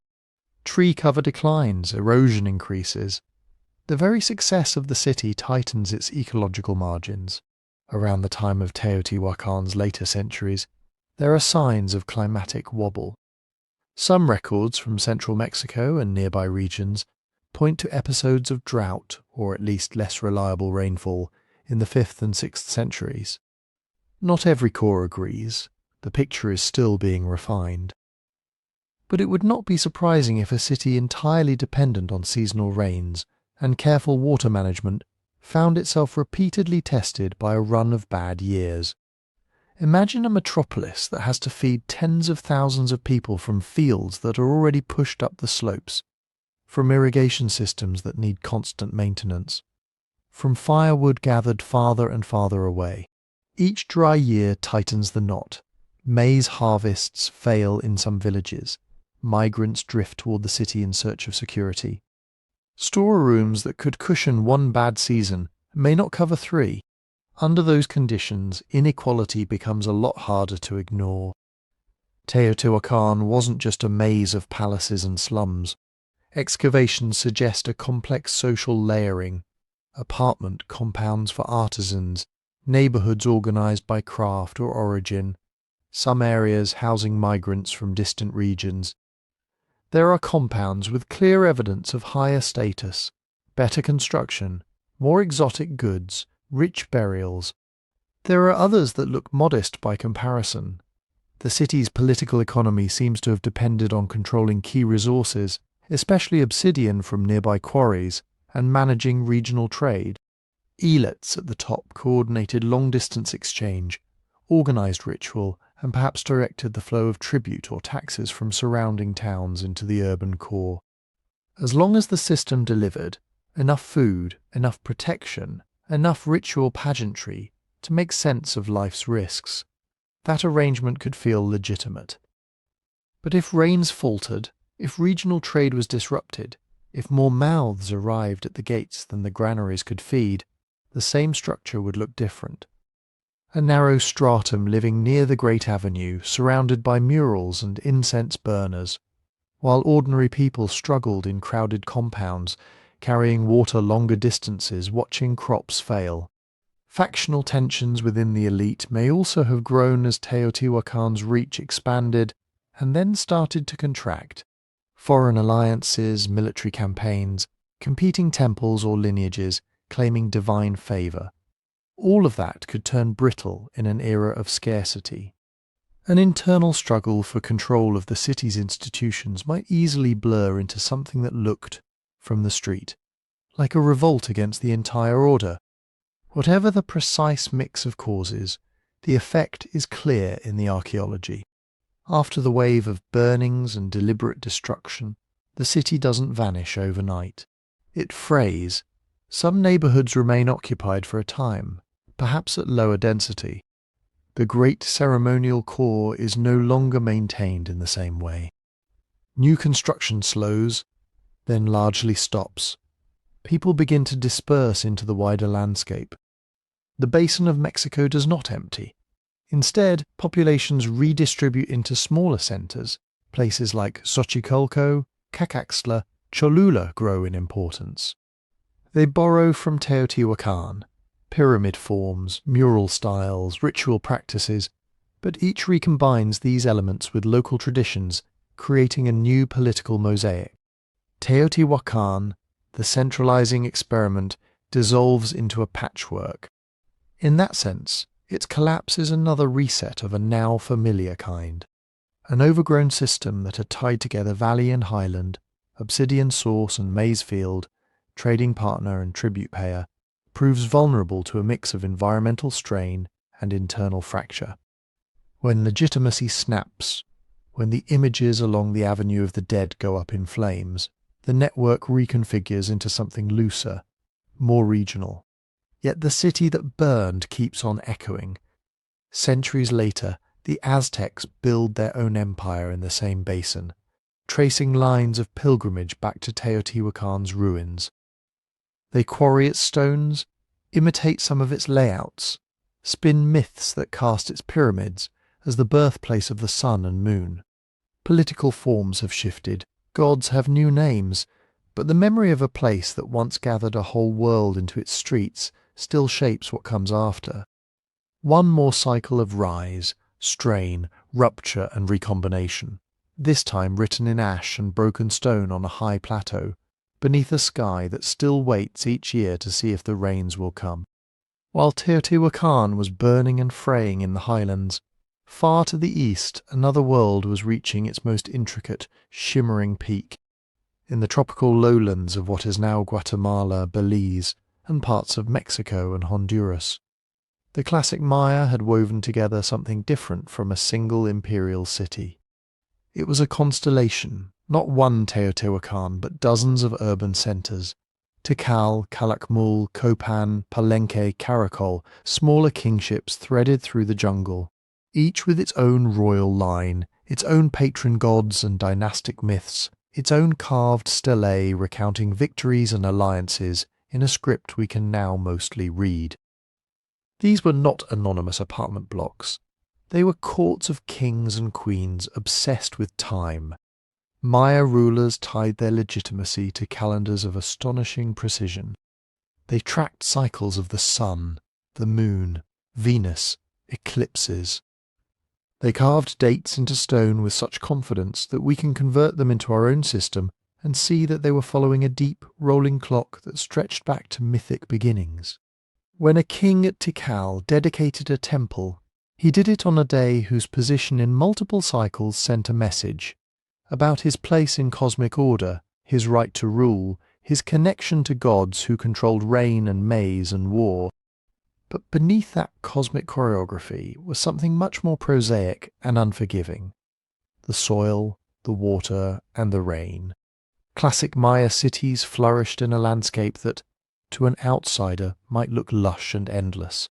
Dense forest, vines, birds, rivers winding between limestone hills. It feels abundant, but ecologically the lowlands were always walking a tightrope. Much of the region sits on porous limestone. Rainwater doesn't linger on the surface. It seeps underground into caves and cenotes, those flooded sinkholes that became both sacred sites and vital water sources. There are some rivers and lakes, but many great cities were built on upland ridges or plateaus where surface water is scarce. To turn these places into homes for tens of thousands of people, the Maya had to become masters of catching and holding the rain. They dug reservoirs and lined them with clay. They shaped plazas and courtyards so that every storm sent water flowing towards storage basins. They built terraces and channels to slow erosion, to keep thin tropical soils from washing away. They cleared fields from forest, then shifted them, then cleared more. For centuries, when the rains came on schedule, this worked.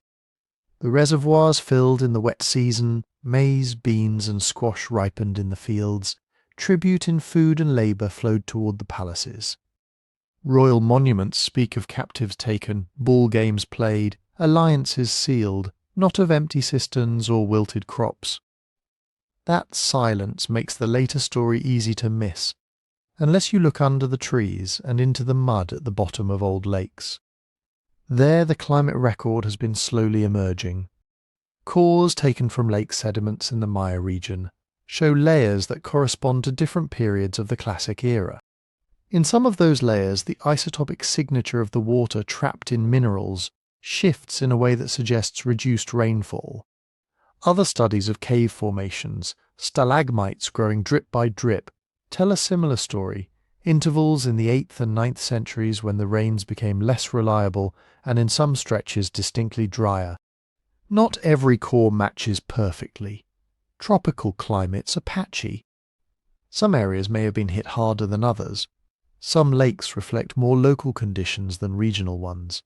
But the broad pattern many researchers see is that the last centuries of the Classic period were punctuated by episodes of significant drought, or at least by clusters of years when wet seasons were weaker, shorter, less predictable. On a landscape already dependent on careful water management, that kind of variability is dangerous. Reservoirs that usually carried cities through the dry season might not refill fully. Shallow soils, already farmed for generations, could dry and crack. Maize, a plant that needs moisture at key points in its growth, would have failed in some years, and perhaps in many fields at once. And when food and water grow uncertain, politics sharpens. The classic Maya world was not peaceful even in good times. The carved monuments are full of war captives, star wars, and axe-entering events, phrases scholars link to warfare, conquests, and dynastic overthrows. Kings took each other prisoner, sacked rival cities, sometimes installed puppet rulers. In a stressed landscape, those old rivalries could turn existential. If your reservoirs are low and your fields thin, one way to keep the palace running is to demand more tribute from the countryside. More maize from villages already anxious about their own stores. More labour for building and warfare, just when families most need every hand in the fields.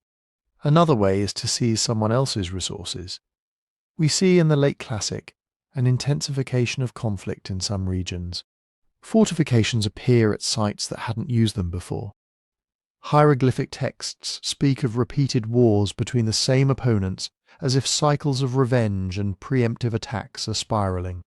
Some royal lines end abruptly, others boast of crushing their neighbours in ways that may mask more desperate struggles over land and water than earlier wars ever did.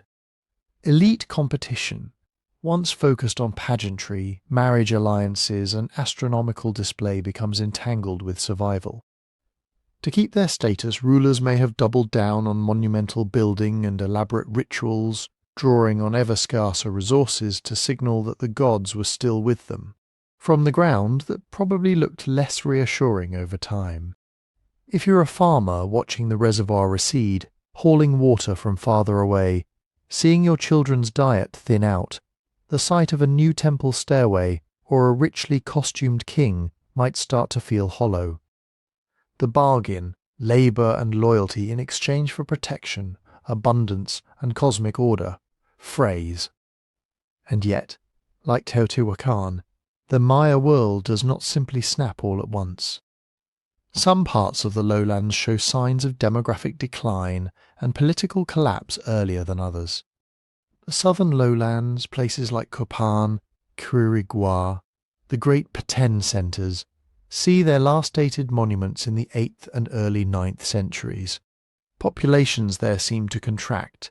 Some cities are partially or largely abandoned. But other regions, especially in the northern Yucatan, tell a different story.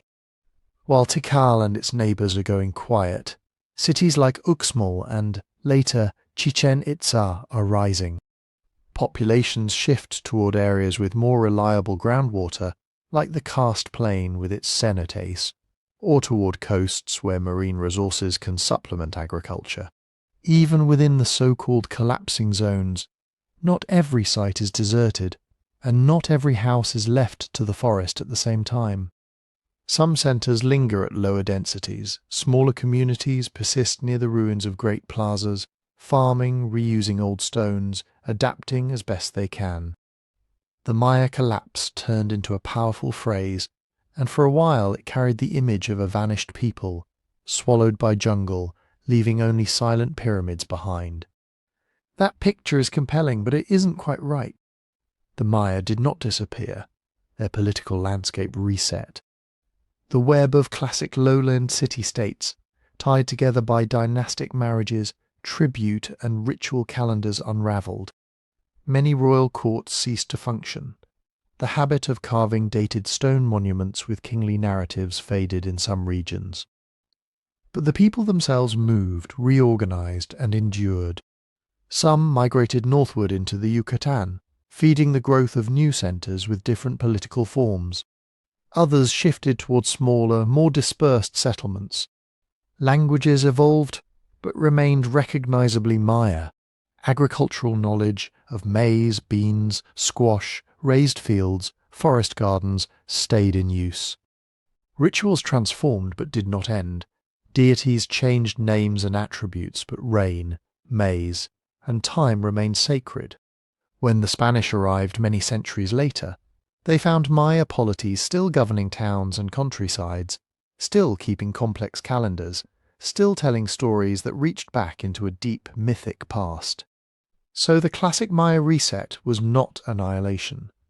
It was a major demographic and political turning, driven in part by climate variability and ecological strain, but expressed through human choices. Warfare, tribute demands, elite rivalry, migration. The forest grew back over many plazas. Reservoirs silted in. Owls and bats took over vaulted corridors where scribes once painted numbers for Venus. Yet beneath the canopy, and beyond it, the descendants of the builders kept living in the same broad landscape, speaking related tongues, planting the same staple crops, marking the passage of days in ways their ancestors would have recognized. Another cycle of rise, elaboration and reconfiguration, this time not around a single metropolis, but around a whole constellation of cities bound to the rhythm of rain, and caught when that rhythm slipped. While the Maya were learning what happened when the rains grew fickle, half a world away another civilization would build its entire identity around mastering water, not catching it in scattered reservoirs, but replumbing an entire landscape. In the low floodplains and gentle rises of what is now Cambodia, from about the 9th to the 15th centuries, the Khmer Empire did something almost no one else had done at that scale. They turned monsoon chaos into a kind of machine. Angkor wasn't just a city of stone temples. It was a hydraulic organism. For half the year, the skies over mainland Southeast Asia can open with astonishing violence. The wet season brings torrents that swell rivers, flood rice fields, and turn paths into streams. Then for months, the rain can almost vanish. Fields crack. Ponds shrink. Everything waits. Most societies either endure this oscillation or work around it. The Khmer tried to take control. Over generations they excavated enormous reservoirs, barrays, many of them several kilometres long and wide. From the air, these are vast rectangles of water that dwarf the nearby temples. On the ground, they would have felt like inland seas. Canals linked beret to beret, river to reservoir, city to countryside. Some channels ran roughly east-west, others north-south, creating an immense grid that could move water laterally across the plain. Embankments doubled as roads. Spillways and sluice structures, built of laterite and sandstone, helped regulate flow. The basic idea was simple and brilliant. In the wet season, when monsoon rains and the swollen Siem Reap River delivered more water than the fields needed, the system spread and stored it. Barrays filled. Canals carried excess away from vulnerable temple precincts and densely settled areas. When the dry season came, those same arteries could reverse their role, feeding water back to paddies, ponds and urban reservoirs, keeping rice cultivation going longer, stabilising supply. Instead of being at the mercy of a seasonal pulse, Angkor tried to smooth it, turn a boom and bust hydrology into a more reliable, steady flow. It was, in its own way, an answer to the same problem that haunted Sumer, the Indus, the Nile. Too much water, then not enough, and never quite when you wanted it. For centuries, this worked well enough that Angkor became one of the largest pre-industrial urban centres on Earth. LiDAR surveys, laser mapping from aircraft, have revealed that what tourists see today, the famous silhouettes of Angkor Wat and Bayon, are just dense kernels in a sprawling web of embankments, ponds, field systems, neighbourhood mounds, and outlying temples. Hundreds of thousands of people may have lived in the metropolitan region at its peak, fed by rice from intensively irrigated paddies and anchored by a god-king ideology that linked royal power to cosmic order and, crucially, to water. But as with other systems we've seen, turning nature into a machine comes with hidden constraints. The Angkorian water network wasn't a static monument. It had to be constantly dug, dredged, repaired, and adjusted. Every monsoon carried sediment from eroding uplands, sand and silt that settled out in canals, in the barrays, in local ponds. Sedimentation is a slow, patient adversary. A channel that once flowed quickly begins to clog. Depth decreases, capacity shrinks, water stagnates more easily. To keep the system working, thousands of workers had to clear and deepen the arteries season after season. At the same time, every new temple complex, every canal rerouting to serve a royal project, every embankment, rebuilt a little differently, changed the hydraulics.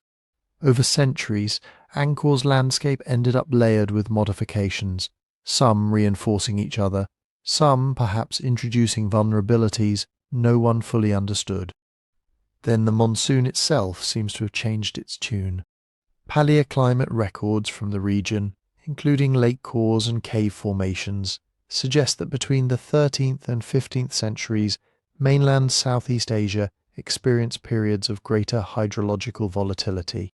Not a simple story of linear drying or constant deluge, but swings, episodes of intense drought punctuated by particularly heavy monsoon years.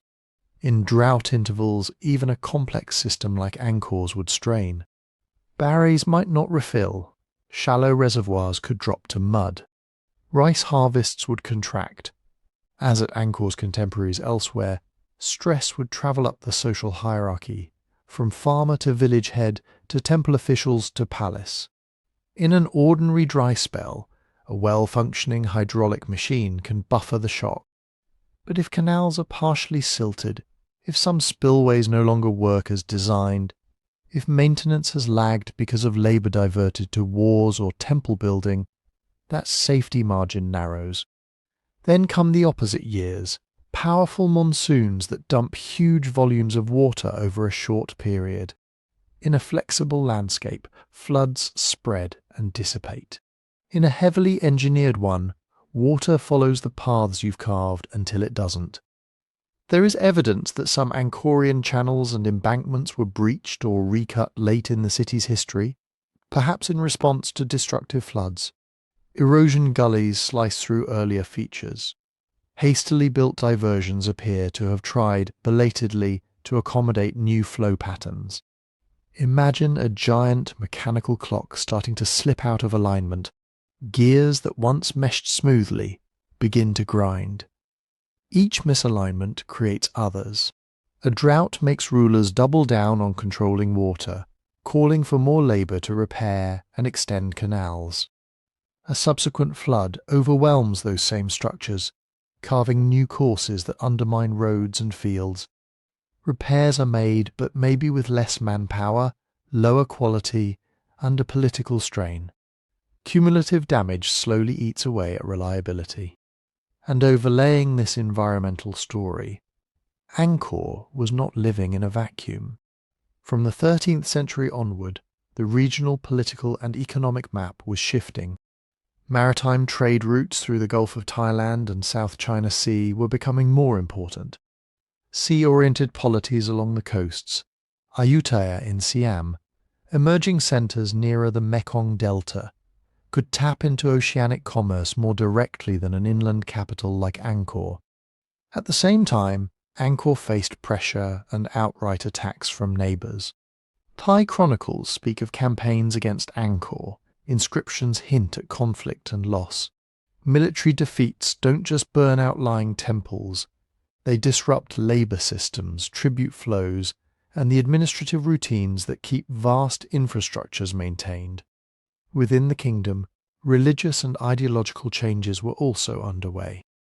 Earlier Angkorian rulers had anchored their legitimacy in a form of Hindu-Buddhist kingship that made the monarch a pivot between heaven and earth. Later centuries saw a gradual shift toward Theravada Buddhism, imported and adapted from Sri Lanka and mainland neighbours. Theravada, with its emphasis on individual merit and monastic communities, supports a different political theology. The god-king model softens. Royal projects still matter, but the ideological pressure to enact cosmic order through giant temples and massive hydraulic feats may lessen. Elite energy and resources begin to flow in new directions toward monasteries, smaller-scale patronage, more localized forms of piety. Climate variability, sedimentation, maintenance burdens, geopolitical stress, ideological evolution, none of these by itself explains Angkor's transformation. Together they outline a system whose rigidity made it powerful, until conditions changed faster than it could adapt. By the 15th century, Angkor's urban fabric was thinning. Archaeological evidence points to contraction. Some neighbourhoods abandoned, some barrays partially drained or left to silt, some temples repurposed or slowly overgrown. Royal authority, and with it the primary court, shifted gradually southward toward the region of present-day Phnom Penh, closer to the lower Mekong, closer to maritime trade routes. This movement has sometimes been imagined as a dramatic flight from a fallen city. More likely, it was a drawn-out reorientation. As political and economic gravity shifted downstream, so did elites, administrators, artisans, and the networks that had once centred on Angkor's reservoirs and towers. But, as with the Maya, the civilization did not vanish into the forest. Khmer language, customs, and agricultural practices persisted across the countryside. Villages continued to plant rice, manage small-scale waterworks, and venerate local spirits alongside Buddhist figures. Some Angkorian temples remained active shrines. Angkor Wat itself became and remained a major Theravada Buddhist centre, its meaning reinterpreted rather than forgotten. When European visitors arrived centuries later, they were awed by lost ruins, but to the people living nearby, these were part of a continuous sacred landscape. Their ancestors had built them, their rituals still engaged with them. So the Angkor reset was, again, not extinction, but a shift in scale and centre. A vast inland hydraulic city, exquisitely tuned to a particular monsoon regime and political vision, proved unable to bend gracefully when the climate flickered and the political winds changed. It cracked, redistributed its population and power, and fed new arrangements downstream. The stones stayed where they were. The water found new paths. The culture flowed with it, altered but unbroken, into the next chapter of Southeast Asian history. While Angkor's reservoirs were silting and its kings were drifting downstream, far to the northwest, another kind of crisis was gathering. Not a slow grinding of canals or a centuries-long drought rhythm. A storm of breath and blood that moved along roads and sea lanes, through markets and monasteries, inside the walls of every kind of town Europe, North Africa, and Western Asia had built. In the middle of the 14th century, the Black Death tore through the old world with a speed and brutality that stunned contemporaries and still unsettles historians. We know some things fairly well. The disease almost certainly had its deep origins in rodent populations in Central or East Asia, where Yersinia pestis could smoulder in animal reservoirs for long periods with only occasional human outbreaks. War, trade, and climate fluctuations in the 13th century likely stirred those reservoirs, nudging infected fleas and rodents into closer contact with people and with the expanding web of caravan routes. By the 1340s, chronicles from the Black Sea and the eastern Mediterranean begin to speak of a strange, deadly sickness. Merchant ships carried it west along established trade lines. Overland caravans moved it east and south. From port to port, from town to countryside, the wave rolled outward. But even here there is uncertainty. The classic story emphasizes bubonic plague, fever, chills, swollen lymph nodes, transmission primarily via flea bites. Yet the speed of spread in some regions, and the descriptions of victims coughing blood and dying within days or even hours, suggest that pneumonic forms infecting the lungs and travelling directly between people also played a role. Different local outbreaks likely mixed different modes of transmission. The mortality numbers are even more elusive. Contemporary observers used phrases like a third of the world or almost everyone. Modern estimates based on skeletal remains, tax records, and fragmentary documents usually suggest that between a third and a half of the population died in many affected regions. In some places, especially dense towns or unlucky rural pockets, losses may have been higher. In others, the wave passed more lightly. What is clear is that this was not a bad harvest, or even a bad decade. It was a demographic cliff. Fields went untilled because there were no hands. Whole families vanished, leaving houses and tools to rot. Priests died alongside their parishioners. Nobles and beggars both succumbed, though not at equal rates.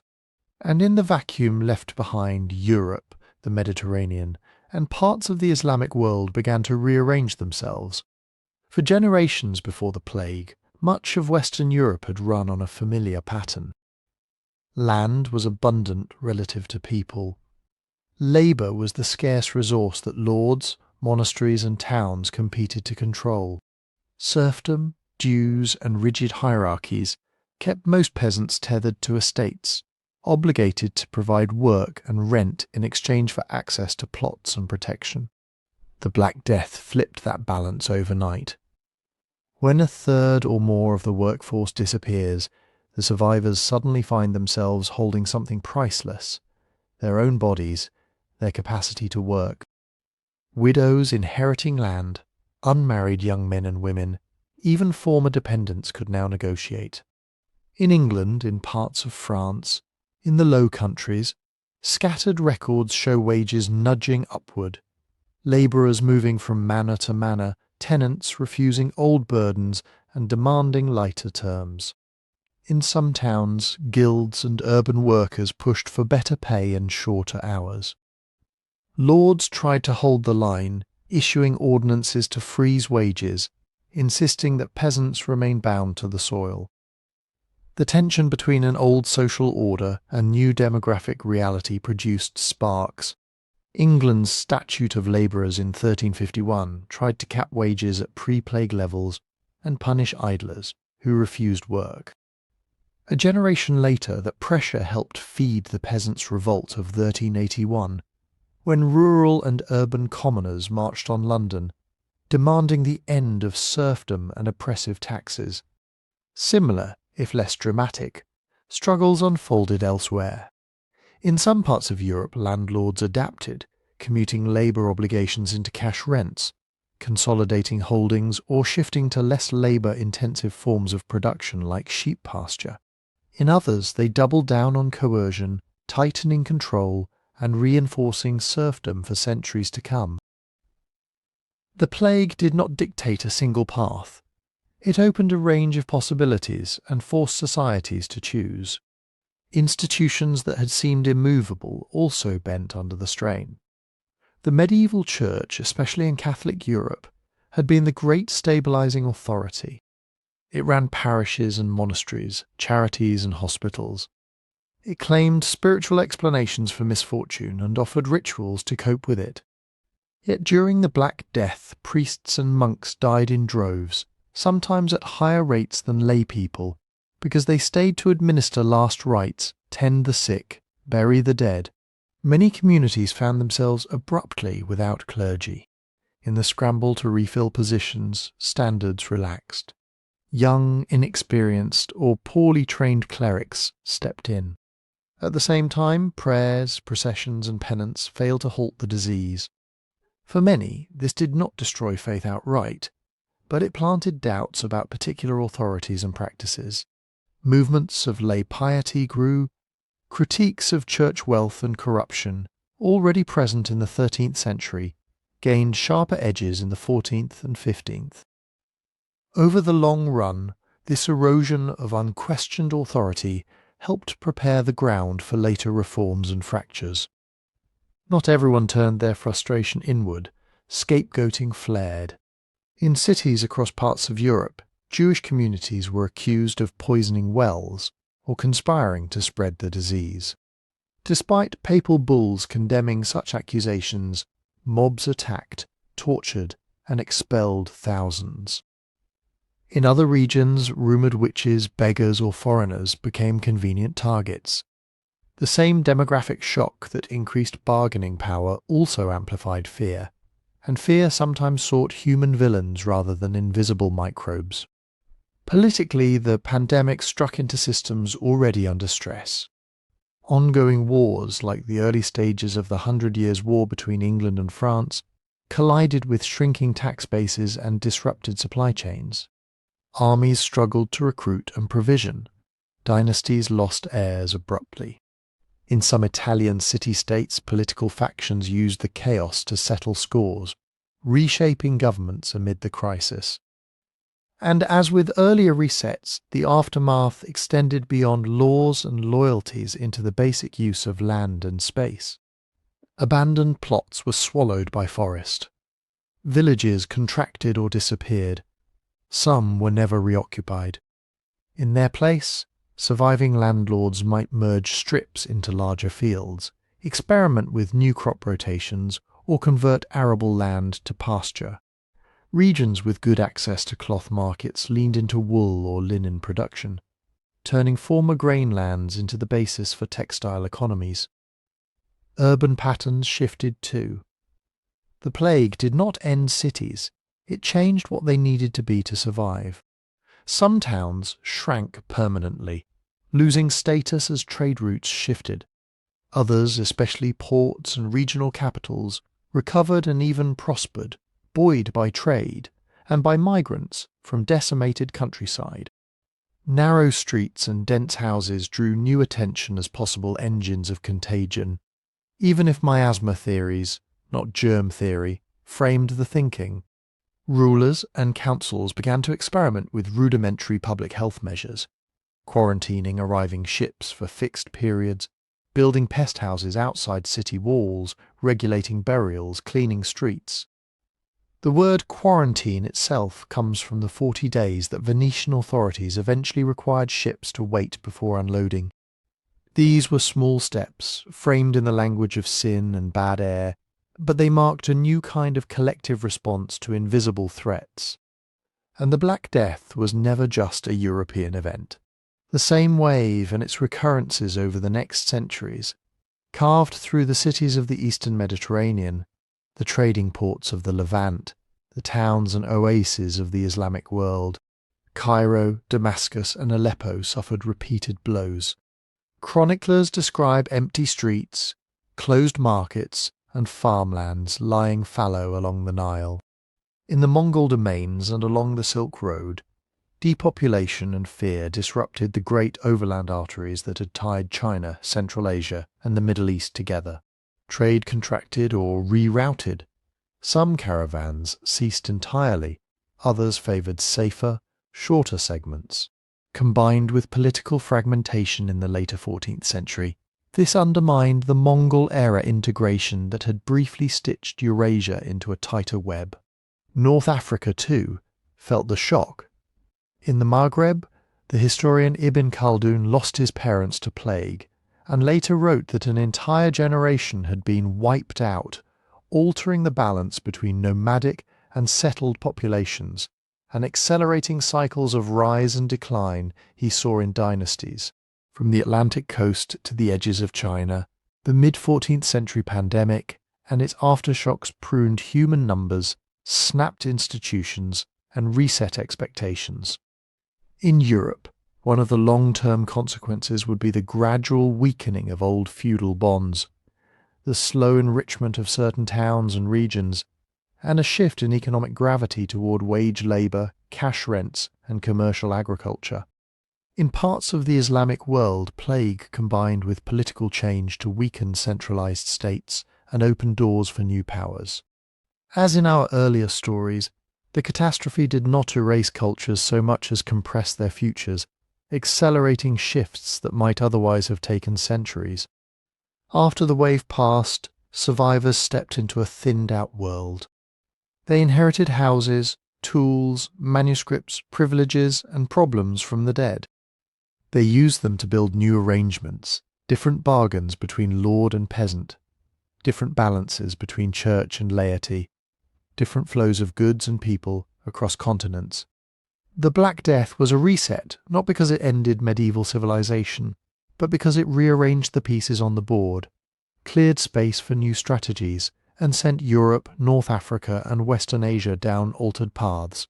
And in one corner of that altered world, on small wooden ships edging westward, another kind of contact was preparing to unleash a demographic shock, even more lopsided than the plague. A meeting between hemispheres that had been separated for tens of thousands of years. When those wooden ships from Iberia finally crossed the Atlantic and made landfall in the Caribbean, they did not just bring sailors, priests, and cannons. They brought ecosystems. For tens of thousands of years, the Americas and the Old World had been evolving in parallel, like two separated branches of the same family that no longer recognized each other. Plants, animals, and especially microbes on each side had adapted to local hosts and environments, but not to each other. In 1492, that separation ended. We often tell this story as one of conquest and battles, of steel swords and gunpowder and imperial flags. Those things mattered, but underneath them, moving faster and farther than any army, was something quieter and far more decisive: biology. Old world diseases, smallpox, measles, influenza, typhus, whooping cough, and others, found in the Americas a vast population with no prior exposure and very little immunity. For millennia, the big domesticated animals that had incubated many old world pathogens, cattle, pigs, horses, sheep had been absent from most of the Western Hemisphere. Without those reservoirs, the epidemiological history of the Americas had taken a different path. When the microbes finally arrived, the result was less a series of epidemics than a continent-spanning cascade. The exact death toll will probably never be known. Early European accounts speak in shocked numbers and vague phrases. 9 in 10 gone, whole villages empty, regions wasted. Modern estimates trying to reconstruct pre-contact populations from tribute records, archaeological remains, and ecological clues range widely. Some scholars suggest that 50 to 60 million people may have lived in the Americas before sustained European contact. Others propose lower or higher figures. Many think that in some regions, especially in Mesoamerica and the Caribbean, local populations fell by 70%, 80%, or even more over the course of a century or two. But these numbers are built on fragile scaffolding.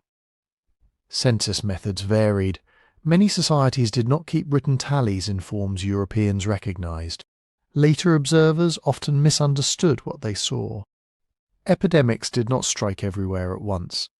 They rolled along trade routes and river systems in waves, sometimes arriving ahead of any Europeans at all, carried from community to community by frightened refugees and ordinary travel. What is clear is that this was another demographic cliff, and in the Americas it was often steeper than the Black Death. Cities like Tenochtitlan, which had boasted intricate markets, aqueducts and causeways, saw their neighborhoods thinned by successive outbreaks. In the Andes, Inca storehouses and terraced fields suddenly had more space than bodies. Along the Mississippi, complex societies that had already been changing before contact now faced new disease pressures. And yet, even here, the story was not a simple one of passive victims and unstoppable plagues.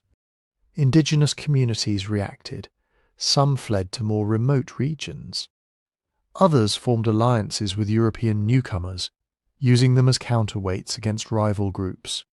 In central Mexico, Tlaxcalans and other enemies of the Aztec Empire allied with the Spanish, bringing thousands of indigenous warriors into campaigns that later chronicles remembered as Cortez's conquest. In the Andes, rival claimants to the Inca throne sought to leverage Spanish support. Throughout North America, diplomacy, trade, intermarriage, and armed resistance all appeared in different mixtures. Disease was an uneven weapon. Some indigenous groups suffered repeated blows and could not recover.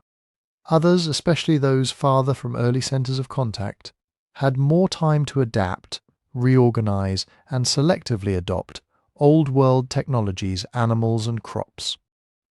While people sickened and adapted, the physical landscape was being remade. Europeans brought wheat, barley, sugarcane, and grapes. They turned Caribbean islands and Brazilian coasts into sugar plantations, carving monoculture into places that had once supported diverse indigenous farming systems. They introduced cattle, pigs, horses, and sheep, animals that grazed and rooted through native vegetation, compacted soils, and reshaped grasslands and forests. Feral herds spread beyond control, their hooves and appetites altering riverbanks, meadows, and prairies. At the same time, American crops flowed eastward and around the world. Maize, potatoes, sweet potatoes, cassava, tomatoes, chili peppers, cacao. These plants, many of them calorie-dense and adaptable to different soils and climates, slowly slipped into African, European, and Asian fields and kitchens. Potatoes climbed the cool terraces of the Andes, and then, centuries later, the marginal soils of Ireland and northern Europe, supporting population booms. Maize and cassava became staples in parts of West and Central Africa, feeding communities that were themselves being torn apart by the expanding Atlantic slave trade. Peppers and tomatoes transformed cuisines from the Mediterranean to South Asia. Rats, weeds, and insects also hitched rides on ships. Some became invasive species, outcompeting local plants and animals, changing fire regimes, and disrupting long-standing ecological balances. Forests regrew in depopulated American regions, sequestering carbon and possibly contributing to a subtle dip in global temperatures that some researchers link to the so-called Little Ice Age. Behind this biological reshuffling, new economic systems hardened into place. In the 16th century, Spanish-American mines at Potosi in Bolivia and Zacatecas in Mexico began pouring out silver on a scale the world had never seen. Indigenous labour, forced under systems like the mitre, and later African slaves, extracted the ore. Much of that silver crossed the Atlantic, bolstering Spanish finances, then flowed on to Europe, the Ottoman Empire, and especially to China, where Ming and Qing tax systems hungry for silver turned American bullion into a global currency. Plantation economies tied the Caribbean, Brazil, West Africa, and European ports together in brutal triangles. Enslaved Africans were transported across the Atlantic in their millions, replacing or supplementing indigenous labour in sugar fields, rice paddies, and tobacco plantations. The profits fed banks and merchants in London, Amsterdam, Lisbon, and Bordeaux, helping to build the capital that later fueled industrialisation. Again, though, agency persisted within constraint. Enslaved Africans brought farming techniques, religious practices, and resistance strategies with them. They sabotaged tools, slowed work, preserved seeds, and sometimes rose in open revolt, as in Palmares in Brazil or later in Saint-Domingue.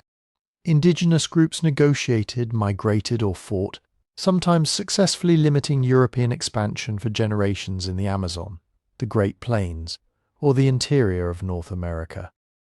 Some regions saw hybrid societies emerge, mestizo and Creole communities with layered identities, new languages, and blended cultures. Others experienced sharper fractures and dispossessions. If we step back, this phase looks less like the fall of a single civilization and more like a planetary reset. The demographic collapse in many parts of the Americas created vast openings, not empty in any simple sense, but thinned enough that European empires, African diasporas, and surviving indigenous societies could together build something new and unequal on the same ground. Old World populations, boosted by American crops, expanded. American populations battered by disease and exploitation contracted and then slowly regrew from a much smaller base. Trade networks that had once been largely regional, Mediterranean, Indian Ocean, overland Eurasian routes, were now braided into a single, if uneven, global system. Silver from Potosi, sugar from Barbados, furs from Canada, spices from the Moluccas, textiles from India, porcelain from China, all moved along circuits that depended on the biological transformations unleashed after 1492. This was the Columbian Exchange, not just a swap of foods or a tragic story of conquest, but a deep rearrangement of humans, microbes, plants, animals, and money across the planet. The old order of separate hemispheres ended. In its place arose a new global ecology and economy that would, over the next few centuries, set the stage for yet another reset, one driven not by volcanoes or pandemics or accidental exchanges, but by a species learning to burn in a few generations the fossil sunlight that nature had stored over millions of years. For most of human history, every civilization we've talked about has been running on the same basic fuel: sunlight. Sunlight captured by plants, turned into grain and grass, eaten by people and animals, stored for a season or two in granaries or on the hoof, then gone. A bad year of sunlight, a failed monsoon, a cooler summer, a badly timed frost could starve cities and topple kingdoms. The Columbian Exchange stitched the world together and shuffled who grew which crops where. But it did not change the basic rule. Food came from current sunlight.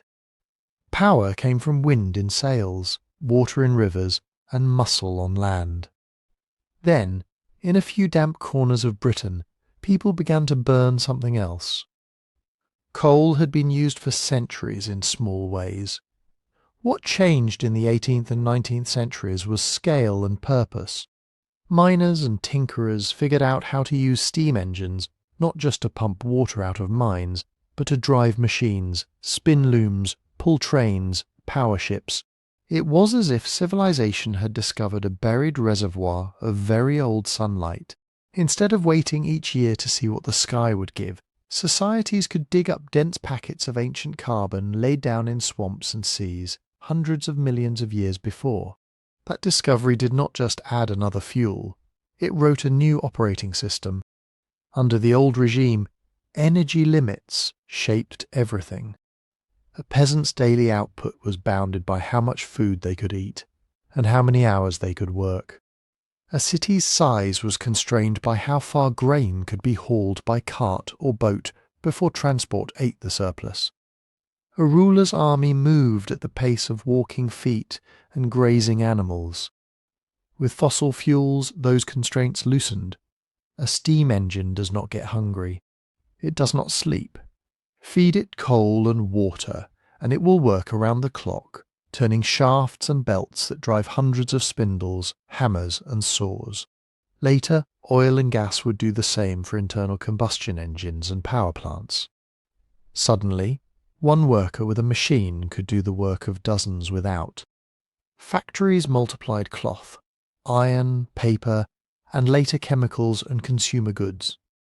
Railways and steamships shrank continents and oceans. Telegraph lines, and then phones and radio, let information move at speeds no horse could match. Energy abundance rippled outward. Populations soared. Better transport and industrial agriculture made it possible to feed more people more reliably, at least in many regions. Wheat from the American plains, meat from Argentina, rice from Southeast Asia all moved in quantities that would have stunned medieval merchants. Urbanization followed. People left fields for factory towns and industrial cities, whose growth was visible in brick and smoke. War changed too. Fossil energy turned gun foundries and ammunition plants into engines of mass production. Coal-fired ships and later oil-powered navies could project force across the globe. Trains mobilized armies in days instead of weeks. By the 20th century, oil was not just a fuel but a strategic prize, shaping alliances, invasions, and borders. On the surface, this looked like pure success. More goods, more people, more power over nature. Underneath, new vulnerabilities were forming. Earlier civilizations had depended on local soils and regional trade networks. When those failed, collapse could be harsh but relatively contained. Now, with industry, entire societies became tied to continuous streams of extracted materials, coal from specific basins, oil from particular fields, metals from distant mines, nitrates from guano islands, and then from chemical plants that themselves depended on fossil gas. If one key resource faltered, whole systems could shudder. Supply chains lengthened. The bread in a London bakery might rely on American wheat, Chilean nitrates, and British coal. Today, a single electronic device can contain components mined, refined, and assembled on multiple continents. This complexity allows incredible specialization and efficiency, but it also creates fragility. A war, a strike, a pandemic, or a shipping bottleneck in one region can ripple through factories and markets half a world away. The benefits of fossil energy also flowed unevenly.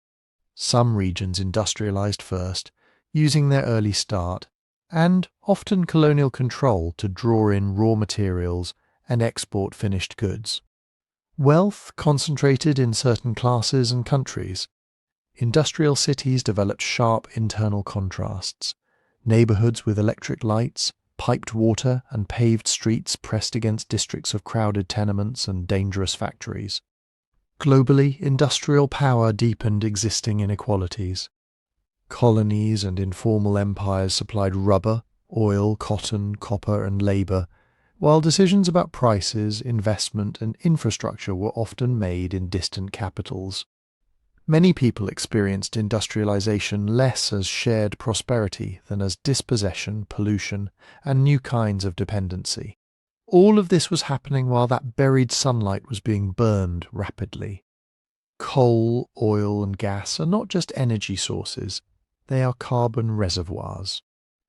When they burn, carbon that had been locked underground for geological ages combines with oxygen and rises into the atmosphere as carbon dioxide. Some of it is absorbed by oceans and plants. Much of it lingers, trapping heat. Earth's climate has always changed. Orbital cycles, volcanic eruptions, solar variations, and the slow drift of continents have shifted temperatures and rainfall patterns over millions of years. Civilizations like Sumer, the Maya, or the societies of the Little Ice Age were shaped in part by those natural swings and by how they managed local environments. Industrial civilization introduces something new, a single species altering the atmosphere's chemistry at planetary scale within a few centuries. The result is not a single disaster that knocks everything down at once, like a massive eruption or a sudden plague. It is more like a background pressure that can make every other stress a little sharper. War in a world 1 degree warmer is not the same as war in a cooler world if crop failures and heat waves are more common. Drought in a tightly integrated global food system can drive prices and politics in ways that ancient farmers never had to face. Coastal cities, ports, and deltas, which became hubs of industrial and financial power, must now contend with slowly rising seas and changing storm patterns. We do not need exact predictions to see the shape of the risk. Past societies ran into environmental limits when they oversalted their fields, overcut their forests, or overstrained their water systems. Their failures were local or regional. Today, the main limit we are testing is the capacity of the global atmosphere and oceans to absorb our waste heat and gases without shifting into a different, less familiar state. The parallels are suggestive but not identical. Sumer could move upriver or downriver. Rome could contract from city to countryside.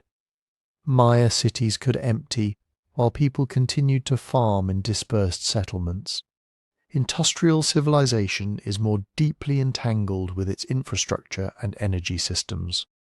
Modern megacities, global finance networks, and just-in-time supply chains are not easy to relocate or pause. Yet the pattern rhymes. A civilization discovers a powerful way to extract energy and resources. It grows quickly, builds complexity, and pushes against the boundaries of its environment. For a time, the new system seems to transcend old limits. Then, gradually, the side effects accumulate. Salt in the soil, silt in the canals, forests gone, aquifers drained, or now carbon in the air and heat in the oceans. We live inside that turning point. We are the first civilization whose primary fuel carries with it a global, long-lived climatic consequence, and the first with instruments precise enough to watch that consequence unfold. How we respond will help determine whether industrial society becomes another layer in the sediment of fallen orders, or whether this cycle can bend in a different direction. To see what that response might look like, we have to step back one more time and ask what it means to be the seventh in a long line of civilizations that rose, tested their limits, and then reset. When you line up the stories we've walked through, separated by thousands of years and entire continents, they start to look like variations on a single theme. A climate shift nudges rainfall or temperature just far enough that old patterns stop working. A drought that used to come once a century starts arriving every few decades. Monsoons come late, or not at all. Rivers that once flooded gently now swing between extremes. Harvests falter, granaries thin. Disease rides in on the back of those stresses. Sometimes it is literally carried by rats and fleas, mosquitoes and dirty water. Sometimes it is more indirect, malnourished bodies, crowded cities, refugees moving under pressure. Pathogens that might once have burned out in scattered villages now find dense, connected populations. Conflict follows, not always immediately, and not always in the form of pitched battles. Sometimes it looks like raiding on the margins, a breakdown of central authority, local elites turning inward to protect their own surplus. Sometimes it is organised war over trade routes, fields, or taxing rights once held together by a stronger state. And underneath all of this is a quieter, slower pattern over complexity. Irrigation systems that require constant maintenance, bureaucracies that grow layer upon layer, trade networks that stretch longer and longer, so that each city depends on food and materials from ever more distant places. For a while, this complexity is a strength. It allows more specialization, more surplus, more art and ritual and record keeping. But it also creates more things that can break. When the climate shifts or disease sweeps through or war comes at the wrong time, highly tuned systems can fail in ways that simpler ones would not. An empire that has optimized itself to move grain from one river valley to another, through a fragile set of canals and tax offices, can find that when 2 or 3 pieces fail at once, there is no easy fallback. That, again and again, is where resets have lived, at the intersection of climate stress, disease, conflict, and systems that have become too finely balanced, too dependent on everything going right. Our world fits this pattern, but it also bends it. What's different now is not that we face droughts, floods, plagues, and wars. Humans always have. What's different is scale and interconnection. For the first time, almost every major society depends on a single, tightly coupled global web of energy: trade, finance, and information. Grains grown on one continent feed cities on another. A factory shutdown in one country can delay construction in dozens more. A war in a narrow sea can raise prices for people who have never seen an ocean. Climate, too, has shifted from a regional backdrop to a planetary feedback loop we are actively pushing. Instead of a slow natural cooling or warming, we have a rapid human-driven change in the composition of the atmosphere itself. Instead of one region over-irrigating its fields, we are collectively altering oceans, ice sheets, and storm tracks. Our local mistake is written at global scale, yet we also carry tools no previous civilization had. We can measure the thickness of polar ice to the centimetre. We can watch storms form from satellites and sequence the genome of a virus in days. We have models, imperfect but useful, that can sketch out the consequences of burning another 1 trillion tons of carbon or cutting emissions sharply. We can move information at the speed of light and coordinate responses across continents in real time. That combination, planetary scale risks and unprecedented scientific capacity, makes this moment feel like both a familiar turning and a new kind of test. From here, the path is not fixed. One possibility is adaptation without collapse. In this story, societies lean hard into the warning signs. Fossil fuels are gradually replaced by lower carbon energy. Cities redesign themselves for heat, flood, and drought. Agriculture shifts crops, practices, and locations. Trade diversifies. The system bends and creaks, but does not shatter. Future historians might still see this as a reset, but a managed one, more like a controlled burn than a wildfire. Another possibility is a rougher managed transition. Parts of the world adapt quickly, others lag. Some regions experience recurrent crises, blackouts, food price spikes, climate-driven migrations that strain institutions. There are local collapses, failed states, lost decades. But knowledge is not entirely scattered. Scientific understanding, technical skills, and some global cooperation survive even if the overall population and consumption peak and then decline. A third possibility is cascading disruption. In this version, climate impacts, resource constraints, pandemics, and conflict stack on top of each other faster than institutions can respond. Drought triggers crop failures. Crop failures fuel unrest. Unrest undermines trust in governments and shared information. That mistrust makes coordinated action on disease, climate and energy harder, which deepens each crisis. The system does not vanish overnight, but it fragments.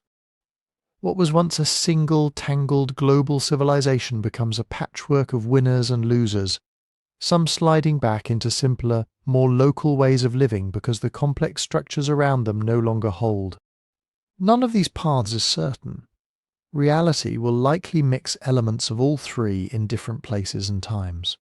But in each scenario, the same set of resilience tools matters. Diversification, not relying on a single crop, a single energy source, a single supply route, a single algorithm. Societies that survive shocks tend to have many ways of doing the same essential things, so that when one fails, another can take its place. Redundancy, keeping buffers and backups, even when they look expensive in the short term. Extra food storage, spare capacity in hospitals and grids, multiple communication channels, reserve forests and wetlands that can absorb storms and floods. Ancient granaries and modern strategic stockpiles are different expressions of the same instinct. Local knowledge, the lived understanding of particular landscapes, climates and social networks. Farmers who know which traditional varieties survive dry years. Coastal communities that remember old flood marks. Healers, organisers, elders and engineers who can improvise with what is actually at hand when distant systems falter. And institutional trust, perhaps the most fragile and the most invisible. If people believe that their institutions, governments, scientific bodies, community organisations are mostly honest and mostly competent, they are more willing to cooperate, share sacrifices and follow coordinated plans. When that trust collapses, even abundant knowledge and resources can be squandered in confusion and suspicion. History suggests that when climates turn and stresses multiply, societies that do relatively well are not always the richest or the most powerful. They are often the ones that can adapt their complexity, trim what no longer serves them, and protect the fragile threads of cooperation and memory that carry skills across the break. We may be heading into our own version of that test. If we are indeed the seventh in a line of civilizations that have pushed against their limits, our situation is neither uniquely doomed nor uniquely guaranteed to succeed. It is another turn of an old wheel, with new spokes and a wider rim. The record beneath our feet is clear about one thing. Endings are rarely absolute. Cities empty, empires fall, but people go on, languages merge. Gods change names. Fields are replanted in different patterns. Knowledge is lost, and also smuggled through in stories, tools, and habits. The quiet question, as we stand inside our own unfolding cycle, is not whether history will rhyme. It will. The question is which verses we choose to repeat, and which ones we decide, together, to rewrite. So where does that leave us? Lying here at the edge of another long story. We began with an unsettling thought, that we might not be the first global feeling civilization, just the latest in a sequence of worlds that grew, tangled themselves into complexity, and then had to start over in some quieter, smaller way. Along the way, each reset looked up close, like an ending. For Sumer it was salt rising invisibly through the soil until fields went pale and yields collapsed. For the Indus cities it was monsoons that drifted just far enough north that great brick streets slowly emptied without a single dramatic conquest to mark the moment. Egypt lost the Old Kingdom not in one spectacular invasion, but in a string of years when the Nile failed to flood high enough and the carefully balanced system of grain taxes and pyramid building simply came undone.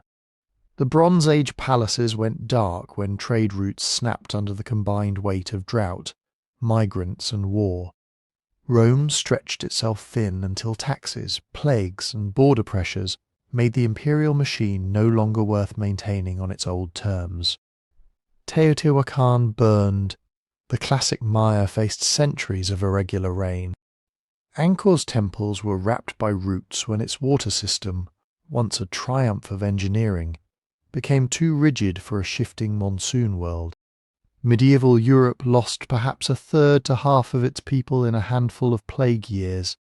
The Americas were remade by disease and conquest, so fast that entire landscapes of memory disappeared. And beneath all of that, the deep reset of the human bottleneck. Those 1,280 or so survivors weathering 117,000 years of climate whiplash, carrying forward the thin strand of ancestors that would eventually become all the humans now alive. Across scales, from tiny bands of hunter-gatherers to million-strong empires, the pattern is not just destruction.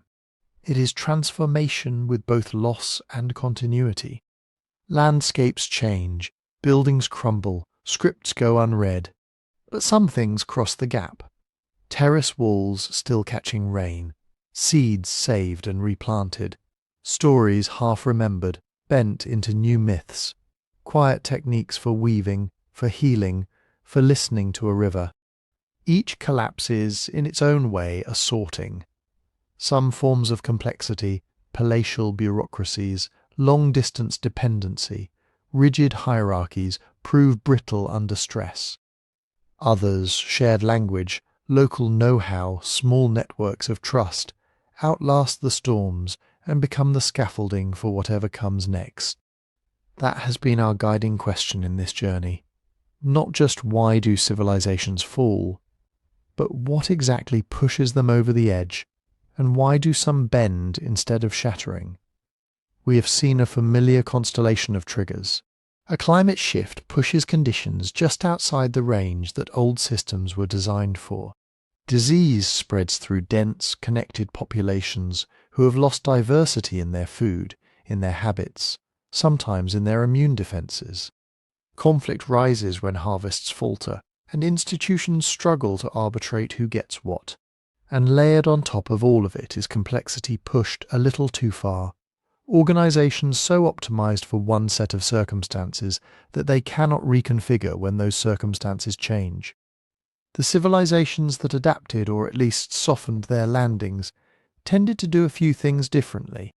They diversified, more crops, more trade partners, more ways of making a living. They kept redundancy, extra grain, extra wells, extra channels to move information and goods. They valued local knowledge instead of erasing it under one uniform plan. They maintained enough trust between rulers and ruled, neighbours and strangers, that people could still act together when it mattered. Those are not magic shields. Even the most resilient societies can be overwhelmed by bad luck and converging shocks. But again and again those traits seem to slow the fall, reduce the damage, or make recovery possible. When you line up Sumer, the Indus, Egypt, the Maya, Angkor, Rome, and our own carbon-powered world, what patterns stand out to you? Which reset felt most surprising, or closest to home? Maybe it was how quietly some of them happened. No single day you could circle on a calendar and call the end. Just a gradual thinning, fewer inscriptions, less trade, more people slipping away to the countryside. Maybe it was how much depended on water, and on our assumptions about how reliable it would be. Maybe it was the way disease appears, not as an outside invader, but as a shadow that follows density and connectivity, two of the same things that make art, science, and literature flourish. Or perhaps what surprised you most was how much survived.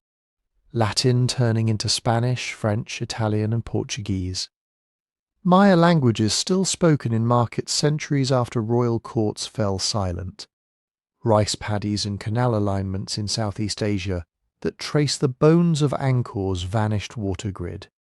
Genetic echoes of Denisovans helping people breathe on the Tibetan plateau today. If you feel like sharing, you're invited to leave a comment with the reset that stayed with you the most, and why. You might also notice your own patterns, connections I haven't mentioned, or parallels with places you know personally. Those are worth writing down too. History becomes more useful when many eyes look at the same record and notice different threads.